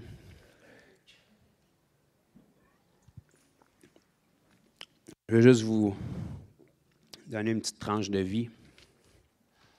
Puis après, on va prier ensemble. C'est ma 11e année dans le Seigneur cette année. Ceux qui connaissent un petit peu mon témoignage, en 2010, c'est la première fois de ma vie que j'entendais la voix de Dieu après des années dans l'Église. Après plus d'une 20aine d'années dans l'Église. Ça a fait comme la majorité des gens qui entendent la voix de Dieu pour la première fois. Ils ont eu peur puis ils se sont sauvés. Fait qu'essayez pas ça, je l'ai fait, ça ne marche pas. Nos premiers parents l'avaient fait dans le jardin, ça n'a pas marché pour eux autres, mais j'ai comme pas pris leur témoignage au sérieux. Fait que je l'ai essayé, puis ça ne marche pas non plus. Puis Jonas l'a essayé aussi, puis ça n'a pas marché pour lui non plus. Fait que essayons donc pas de fuir à celui qui est partout. Fait que je me suis enfui en 2010 pour me retrouver encore en 2013, à peu près à la même place où est-ce que Dieu m'a reparlé. Mais j'ai eu une réponse différente en 2013. Il a commencé à travailler un travail dans mon cœur. Puis au mois de septembre 2013, j'y ai donné mon oui. J'y ai donné mon oui à la même phrase qu'il m'avait donnée en 2010, qui était une phrase très simple, c'était « Abandonne tout puis sers-moi ». Depuis 2009 que des gens avaient prophétisé sur ma vie, bien longtemps avant que je sois à Jésus. Ils avaient prophétisé, je ne sais pas qu'est-ce que tu fais là, parce qu'il y a un chemin qui est tout tracé devant toi, tu as juste à te lever puis marcher dedans. Puis au moment où on m'a prophétisé ça, je n'avais aucune idée de ce qu'il parlait. J'étais vraiment sincère, mais je n'avais aucune idée de ce qu'il me disait. Parce que je savais très bien que j'étais condamné à prêcher, mais je peux te dire que c'est la dernière affaire que je voulais faire. Je vous ai-tu parlé de l'idée d'avoir une église, que ce n'était pas dans mes projets non plus? On s'en parlera peut-être à un moment donné. En 2013, j'ai fait quelque chose de différent. Quand Dieu m'a dit « Abandonne tout puis sers-moi », j'ai dit « Seigneur, tu me connais, tu m'as créé. » J'avais assez de foi pour concevoir ça. J'ai dit « Il y a une chose que tu sais, c'est que je ne peux pas te servir. Tu sais que je suis bien trop jeune pour prêcher, avoir un habit, une cravate, puis c'est loin de ce que je veux faire. Mais il y a une chose que je vais faire de différent, par exemple. Au lieu de me sauver, je vais m'abandonner. Te servir, je ne suis pas capable, puis je ne peux pas faire ça. Mais m'abandonner, je ne sais pas totalement comment faire ça, mais ce que je sais, je vais le faire. Fait qu'à partir d'aujourd'hui, tout ce que je sais faire, je commence à le faire. Ma vie, mes rêves, mes ambitions, on enterre ça, puis tu peux certainement faire plus avec ma vie que ce que j'ai fait en les 28 dernières années. Instantanément, ma vie a été changée. Ça, c'était en 2013. En 2010, la première fois qu'il m'a parlé. En 2013, la deuxième fois qu'il m'a parlé, puis remarquez, il n'a pas changé d'idée, il m'a redit la même affaire. Quand il m'a parlé en 2013, j'étais dans ma cuisine. Pouvez-vous croire, le Seigneur est venu me visiter dans ma cuisine. J'étais en robe de chambre à part de ça, t'imagines? Même pas dans mon habit du samedi ou du dimanche. Je n'étais même pas en train de parler en langue, parce que je n'étais même pas baptisé du Saint-Esprit. Il est venu me dire « Abandonne tout, puis sers-moi ». Puis instantanément, devant mes yeux, j'ai eu un flashback dans un diaporama qui roulait des 3 dernières années de ma vie, jusqu'au moment où il m'avait parlé en 2010, exactement à l'emplacement où j'étais. Puis sa voix a résonné en moi exactement comme il l'avait dit en 2010. Puis il m'a dit, abandonne tout, puis sers-moi. Ma vie a changé à partir de là. 1 mois après, j'ai été baptisé du Saint-Esprit. 1 mois après, j'avais un micro dans les mains en train de prêcher à du monde. Je n'ai jamais arrêté depuis. Mais il y a quelques années, dans un moment de prière, le Seigneur est obligé de revenir me visiter pour me donner la même vision qu'il m'avait donnée en 2013. Mais il m'a permis de voir quelque chose qui a changé complètement ma perspective. Quand il m'a montré les 3 dernières années de ma vie en 2013 devant mes yeux qui ont déroulé, je voyais tous les endroits où je me sauvais, puis j'essayais de perdre mon temps, puis d'étouffer la voix que Dieu m'avait donnée. Mais il y a quelques années, quand il m'a fait réapparaître cette vision-là, c'est comme s'il a mis un slow-mo, puis il m'a permis de voir que la vision que j'avais vue, c'était à partir de ses yeux à lui. Les pièces dans lesquelles je me voyais, il était à peu près à 10-12 pieds de moi, puis c'est à travers ses yeux que je me voyais. Il était là, il était patient. Il n'était pas loin, il n'était pas frustré. Il était dans la même pièce, puis il m'attendait, puis il me regardait perdre mon temps. Dieu m'a dit, si je veillais sur toi d'aussi près, alors que tu ne te souciais même pas de moi, à combien plus forte raison maintenant que tu me crains et tu cherches ma face? C'est le même Dieu, c'est la même vision. Mais il m'a permis de découvrir une autre facette de son amour. La Bible dit qu'il est près de nous. Il est près de nous quand on ne le cherche pas. Imaginez-vous quand on l'invoque. Il ne nous délaisse pas, il ne nous abandonne pas. On peut perdre du temps, mais il ne se repent pas de son appel. On peut passer complètement à côté de notre appel, mais il est là tout le long puis il attend. Parce que c'est nous qui déterminons si on entre dans les plans qu'il y a pour nous ou non. Le plus tragique avec tous les gens qu'on va voir périr en enfer pour l'éternité dans le lac de feu et de soufre, c'est que c'est des gens qui avaient tous une destinée écrite par le Seigneur qui était extraordinaire. Ils ont juste décidé de passer à côté. Il n'y a personne qui se ramasse là parce qu'ils n'ont pas de destinée puis le Seigneur les avait abandonnés. Ils n'ont juste pas rencontré cette destinée-là. Ils n'ont juste pas rentré dans les plans. Ils n'ont juste pas exploité le plein potentiel que le Seigneur a mis devant eux. Mais par la grâce de Dieu, nous, on a la capacité d'entrer dans ces plans-là. Puis on a la capacité d'exceller. Puis on a la capacité d'accomplir les œuvres qui sont écrites sur notre vie. Quelle surprise qu'on va avoir lorsqu'on va traverser l'autre côté, puis que Dieu va ouvrir nos yeux sur le monde spirituel. Puis on va voir notre vie défiler avec toutes les opportunités-là, puis on va voir qu'on a peut-être vécu à 35% de toutes les opportunités puis des œuvres qu'il avait placées devant nous. On va voir dans chaque situation qu'on a vécu toutes les opportunités qu'on aurait pu répondre, puis ce qu'il aurait planifié pour nous.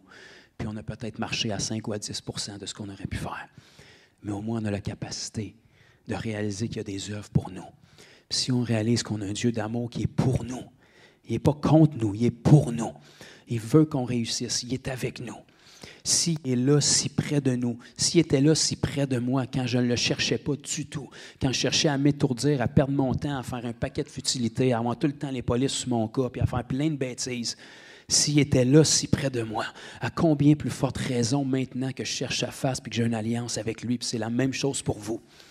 Si vous êtes sauvé aujourd'hui, c'est parce qu'il est venu vous chercher, puis ce n'est pas vous qui l'avez cherché en premier. Vous avez répondu à l'appel, mais souvenez-vous de comment vous l'avez découvert, puis je peux vous dire qu'il y a des anges qui ont travaillé en overtime, dans le background pour que les circonstances se mettent en ligne. C'est lui qui vous a poursuivi, c'est lui qui vous a pourchassé. Puis si vous regardez avec le recul, maintenant que vous êtes sauvé à votre vie en arrière, vous allez réaliser qu'il y a plein d'autres moments dans votre vie qui essayaient de rôder autour puis de venir vous chercher. Vous êtes juste passé à côté parce que vous étiez voilé. Puis quand vous regardez le moment où vous avez dit oui, puis que vos yeux se rouvrent, vous réalisez que ça faisait longtemps qu'il rôdait autour de vous. Ça faisait longtemps qu'il avait passé dans votre vie, des fois dans votre enfance, des fois à travers des collègues de travail, puis vous n'avez juste pas porté attention, mais il était là. Il restait proche, ses yeux étaient sur vous. Il acceptait vos noms avec patience, mais il savait qu'à un moment donné, vos yeux se rouvriraient et vous direz oui. Puis à ce moment-là, vous allez commencer à réaliser la profondeur de son amour. Dans vos pires misères de vie, il n'était pas là à vous regarder les bras croisés puis à rire de vous. Il était présent, il était là, c'est juste qu'on ne le voyait pas. On est passé à côté. Dieu parle tantôt d'une manière, tantôt d'une autre, mais on n'y prend point garde parce qu'on est alourdi, on est distrait. Mais maintenant qu'on est à lui, on réalise qu'il a toujours été là. Il avait planifié notre nom dans le livre de vie. On a juste dit oui, mais c'est cet amour-là qui commence à nous faire grandir. Puis le Seigneur veut qu'on commence par y croire, mais inévitablement, il faut qu'on l'expérimente, cet amour-là. Si on y croit, on va commencer à être touché par cet amour-là. Ça va garder notre cœur pur, ça va garder notre cœur humble, ça va garder notre cœur rempli. Puis on ne deviendra plus le reflet de nos circonstances. On va commencer à dominer au-delà de nos circonstances, puis on va être capable de comprendre le cœur de Dieu dans nos circonstances. Puis on va commencer à être une source d'aide pour ceux qui n'ont pas réalisé ça. Alléluia. Pendant que notre sœur Annie va nous jouer une mélodie céleste inspirée, je veux qu'on prenne du temps. Je veux que ce ne soit pas juste des paroles que j'ai données aujourd'hui, mais je veux que vous soyez capables, oubliez-moi, oubliez le monde autour de vous, puis commencez à déverser vos cœurs dans le Seigneur. Je vais prier les choses que le Seigneur me met à cœur, mais donnez-lui ce temps-là. Peu importe combien de temps ça va être, donnez-lui ce moment-là. Ceux qui veulent venir se mettre à genoux ici, coucher, ce n'est pas une question parce que le Seigneur est plus présent en avant, mais c'est une question de venir déverser votre cœur. Dis, Seigneur, apprends-moi à réaliser encore plus cet amour-là. Apprends-moi à être fondé, à être enraciné là-dedans. Seigneur, je veux que tu m'amènes au point que la simple mention de ton nom, les larmes vont commencer à sortir, mon cœur va être touché. Je veux ne pas mettre en oubli jamais le moment où tu es venu me rencontrer pour la première fois. Je veux que tu me montres, Seigneur, tous les moments de ma vie où tu interviens sans même que je réalise. Je veux que tu me montres les moments de ma vie où est-ce qu'avant même que je te connaisse, tu rôdais autour. Tu m'as tendu la perche. Tu m'as gardé en vie alors que le diable voulait écourter ma destinée. Montre-moi ces choses-là, Seigneur. Je veux m'approfondir dans cet amour-là. Fais-moi ressentir quelque chose que je n'ai jamais ressenti. Viens me donner un baptême de cet amour-là. Viens me sceller complètement, Seigneur. Qu'il n'y ait aucune faille dans mon cœur pour douter de ta bonté. Que je puisse réaliser que ma valeur est déterminée par une seule chose, le prix que tu as payé pour moi. Tu n'as pas rebroussé chemin depuis. Tu n'as pas regretté. Tu n'as pas reculé. Tu n'as pas déterminé le prix à la baisse. Ton amour est le même. Et je veux te déverser mon cœur, Seigneur.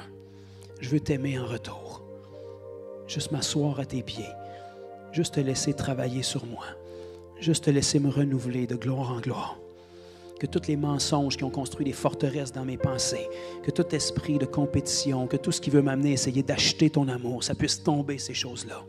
Que toutes les choses du vieil homme qui ont fait que toute ta vie, tu as été obligé de performer pour avoir l'attention des gens, que tu as transposé ça dans ta vie chrétienne, même sans le savoir, que ça puisse tomber. Que tu puisses commencer à vivre ta vie chrétienne à partir de cet endroit où tout est accompli et il n'y a rien que tu peux faire ou ne pas faire qui va changer l'amour de Dieu pour toi. Et quand cet amour-là percute ton cœur, il y a un seul cri qui monte. Seigneur, touche-moi puis aide-moi, parce que je veux être agréable. Je ne veux pas perdre mon temps. Je ne veux pas faire les choses par ignorance qui t'attristent. Ne me laisse pas dans mon ignorance. Je veux être inondé de ton amour. Je veux déverser mon cœur devant toi. Je veux que tu rouvres mes yeux. Je veux que tu me permettes de voir à travers tes yeux. Je veux que tu me permettes d'aimer les gens à leur juste valeur. Je veux que tu me permettes de les voir pas où est-ce qu'ils sont, mais où est-ce qu'ils sont appelés. Seigneur, si j'ai perdu la joie de mon salut, touche-moi à nouveau. Si j'ai oublié ce que tu as fait pour moi, transforme-moi à nouveau. Si ça fait des années, j'ai oublié de tout ce que tu m'as racheté d'eux, attendris mon cœur à nouveau, Seigneur. Si ça fait des années que les larmes n'ont pas coulé sur mes yeux, touche-moi à nouveau, Seigneur. Si ça fait tellement longtemps que ta parole ne m'a pas parlé, fais-le à nouveau. Si mon cœur s'est endurci, si j'ai commencé à te prendre pour acquis, s'il y a des repentances qui doivent être faites, touche mon cœur, Seigneur. S'il y a des pardons qui doivent être relâchés, je privilégie tellement ma relation avec toi, Seigneur, que je ne veux pas laisser une rancune ou une amertume venir attrister ton esprit. Tu dis que tu ne pardonnes pas à ceux qui ne pardonnent pas, Seigneur. Ne nous laisse pas dans le non-pardon, ne nous laisse pas dans l'offense. Ne nous laisse pas assis sur un si grand salut où est-ce qu'on n'arrive même pas à le mettre en œuvre. Viens te révéler à chacun de nous, Seigneur. Parle-nous, touche nos cœurs. Que toutes les parties de notre cœur qui ont pu s'endurcir aux besoins qui sont autour de nous, à la voix de Dieu. Où est-ce qu'il y a une époque où est-ce qu'on s'émerveillait juste de rentrer dans notre chambre pour être dans ta présence? Où est-ce qu'on n'avait aucune attente, on te faisait confiance, que tu nous enseignais parce qu'on ne savait rien? Où est-ce qu'on pense qu'on est devenus des chrétiens professionnels, qu'on sait tout comment faire les choses? Ramène-nous, Seigneur, dans cette position où on réalise que sans toi, on ne peut rien faire. Rien, rien, rien. Notre vie est fondée sur toi. Nos racines sont plantées en toi. Change notre perspective, Seigneur. Que toute façon malsaine qu'on a de te voir, que tout ce qui est perverti par l'ennemi, que tout ce qui ne représente pas réellement le bon Père que tu es, peu importe l'angle qu'on a de toi, qu'on filtre à travers notre perspective humaine, qu'on filtre à travers notre père naturel, qu'on filtre à travers nos difficultés de vie, qu'on filtre à travers nos blessures, nos déceptions de vie, que tu puisses venir changer ça. Que toute forteresse qui s'est construite dans nos pensées, qui nous prive de cet amour-là infini, puisse être détruite. Que toute voix accusatrice qui résonne dans la tête de mes frères et sœurs, qui à chaque fois qu'ils veulent s'approcher de toi, cette voix qui te dit que tu es indigne, cette voix qui essaie de te ramener tes erreurs de ta semaine, tes erreurs de ton passé, que tu sois capable de te tenir et de réaliser que tu as été aimé alors que tu avais fait encore bien plus d'erreurs que ça. Père, je te prie qu'il n'y ait rien qui vienne nous priver du trône de ta grâce, qu'on puisse se présenter constamment avec assurance, en sachant que s'il y a une personne dans les bras de qui on peut se lancer sans crainte, c'est toi. Malgré nos erreurs, on préfère tomber dans tes bras de compassion que dans les bras de celui qui veut nous détruire. Merci Seigneur, parce que tu avais déjà prévu une portion d'erreur dans l'équation, avant même de venir nous chercher. Le résultat est le même si on demeure fidèle. Que toute source de condamnation quitte mes frères et sœurs. Que tout esprit de compétition quitte. Que tout esprit d'indignité, toute fausse humilité quitte. Seigneur, qu'on puisse vraiment exceller dans chaque aspect de notre vie parce qu'on est enraciné dans cette révélation-là. Que ton amour puisse déborder de nous. Que peu importe les drames qu'on voit dans la vie des gens, on soit toujours capable de voir le meilleur. On soit toujours capable de saisir que tu es un bon Père qui est bien au-delà de toutes les œuvres du diable. Il n'y a aucune œuvre du diable, aussi ténébreuse soit-elle, qui peut venir faire ombrage à la bonté que tu en réserves pour nous. Seigneur, fais-nous découvrir ta bonté à un point où est-ce qu'on est effrayé même de comment est-ce que tu es bon. Là où est-ce qu'on pense que tu ne peux pas aller plus loin, que tu ne peux pas nous aimer plus, que tu ne peux pas nous faire plus de bien. Tu nous amènes à un autre niveau, Seigneur. Tu nous fais réaliser que tes bontés ne sont pas épuisées, mais se renouvellent à chaque matin. Tu es un Dieu qui ne fait jamais les choses de la même manière. Tu es un Dieu qui se renouvelle constamment. Tu es un Dieu qui a des nouvelles expériences, des nouvelles révélations, des nouvelles touches. Seigneur, ne nous laisse pas comme on est. Touche-nous. Touche-nous. Père, je te prie pour chaque personne ici qui n'a pas senti ta présence tangible. Peut-être jamais de sa vie, ou peut-être depuis longtemps. Je te prie que tu fasses grâce maintenant de ton étreinte d'amour. Que tu viennes sur chaque personne de la tête aux pieds. Que tu viennes les serrer dans tes bras, Seigneur Dieu, comme le premier moment où ils t'ont rencontré. Comme le premier moment où tu as enlevé ce fardeau, ce bagage-là de péché. Comme ce premier moment où, pour la première fois de notre vie, on a réalisé qu'on était revenu à la maison. On a réalisé qu'on avait trouvé notre place. On a réalisé qu'on était sécurisé, qu'on avait une valeur, qu'on avait un avenir. Ramène-nous dans ces moments-là, Seigneur. Je te prie maintenant que tu touches chaque personne. Que ta présence tangible soit sur eux. Que tous les blocages, les souffrances émotionnelles qui sont enfouies, qui continuent de limiter ta grâce dans leur vie. Seigneur, que tout ce qui a eu un pansement dessus, tu puisses venir le guérir définitivement maintenant. Qu'il n'y ait plus aucune chaîne émotionnelle du passé qui limite ton peuple. Touche tangiblement, maintenant, de la tête aux pieds. Laisse ton amour qui consume tout brûler sur eux.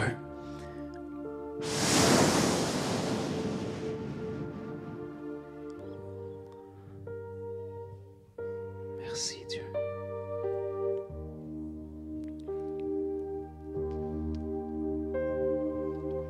Seigneur, ramène notre focus sur toi. Que peu importe les tempêtes, les épreuves de la vie, qui veulent nous amener à mettre les yeux sur les flots plutôt que sur toi qui marches sur les eaux. Garde nos yeux ancrés sur toi, afin que notre âme soit ancrée dans la vérité. Que peu importe les vents, peu importe les épreuves, on demeure ferme.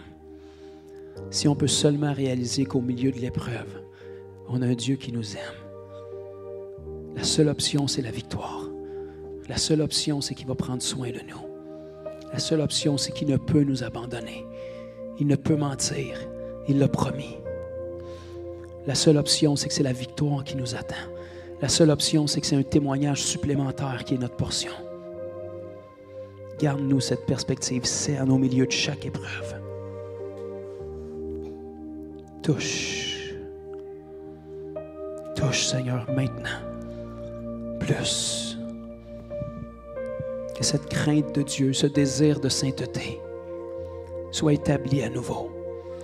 Que toutes les choses qu'on a laissées rentrer dans notre vie, qui n'auraient jamais rentré au début parce qu'on te craignait tellement, on valorise tellement ces moments-là avec toi qu'on était prêt à tout pour ne pas t'attrister. Que toutes les circonstances de la vie qui ont effrité notre foi, qui nous ont permis d'accepter des choses dans nos pensées, dans nos cœurs, dans nos actions, qui n'auraient jamais été acceptées au début. Seigneur, viens ramener le baromètre au bon endroit. Ramène nos cœurs dans la vérité. Ramène une sainte crainte de Dieu dans nos vies. Ramène un désir de consécration constant, croissant. Que tous mes frères et sœurs qui ont perdu ta voix en cours de route, par les distractions de la vie, par la condamnation, je te prie qu'ils puissent entendre ta voix à nouveau. Que ce soit plus clair que jamais. Que ça puisse résonner en eux. Que nos cœurs demeurent doux, humbles et tendres. Et qu'on s'émerveille devant tout ce que tu nous dis, Seigneur. C'est ma prière pour chacun de nous. On croit et on sait que lorsqu'on se tient dans ta présence, c'est ton désir, comme bon potier, de nous façonner à l'image de ce que tu as prévu pour nous. Seigneur, on ne veut pas résister. On ne veut pas craquer sous tes mains. On veut être malléable. Merci de ne pas lancer la serviette sur nous, de ne pas avoir abandonné le projet. Merci de nous permettre de voir ce qu'on ne voit pas, mais ce que toi tu vois depuis le tout début. On t'aime, Jésus. Donne-nous cette grâce, Seigneur, que ces simples mots aient de plus en plus de poids dans nos bouches. Qu'à la mesure où on te découvre, on puisse t'aimer mieux. Alléluia.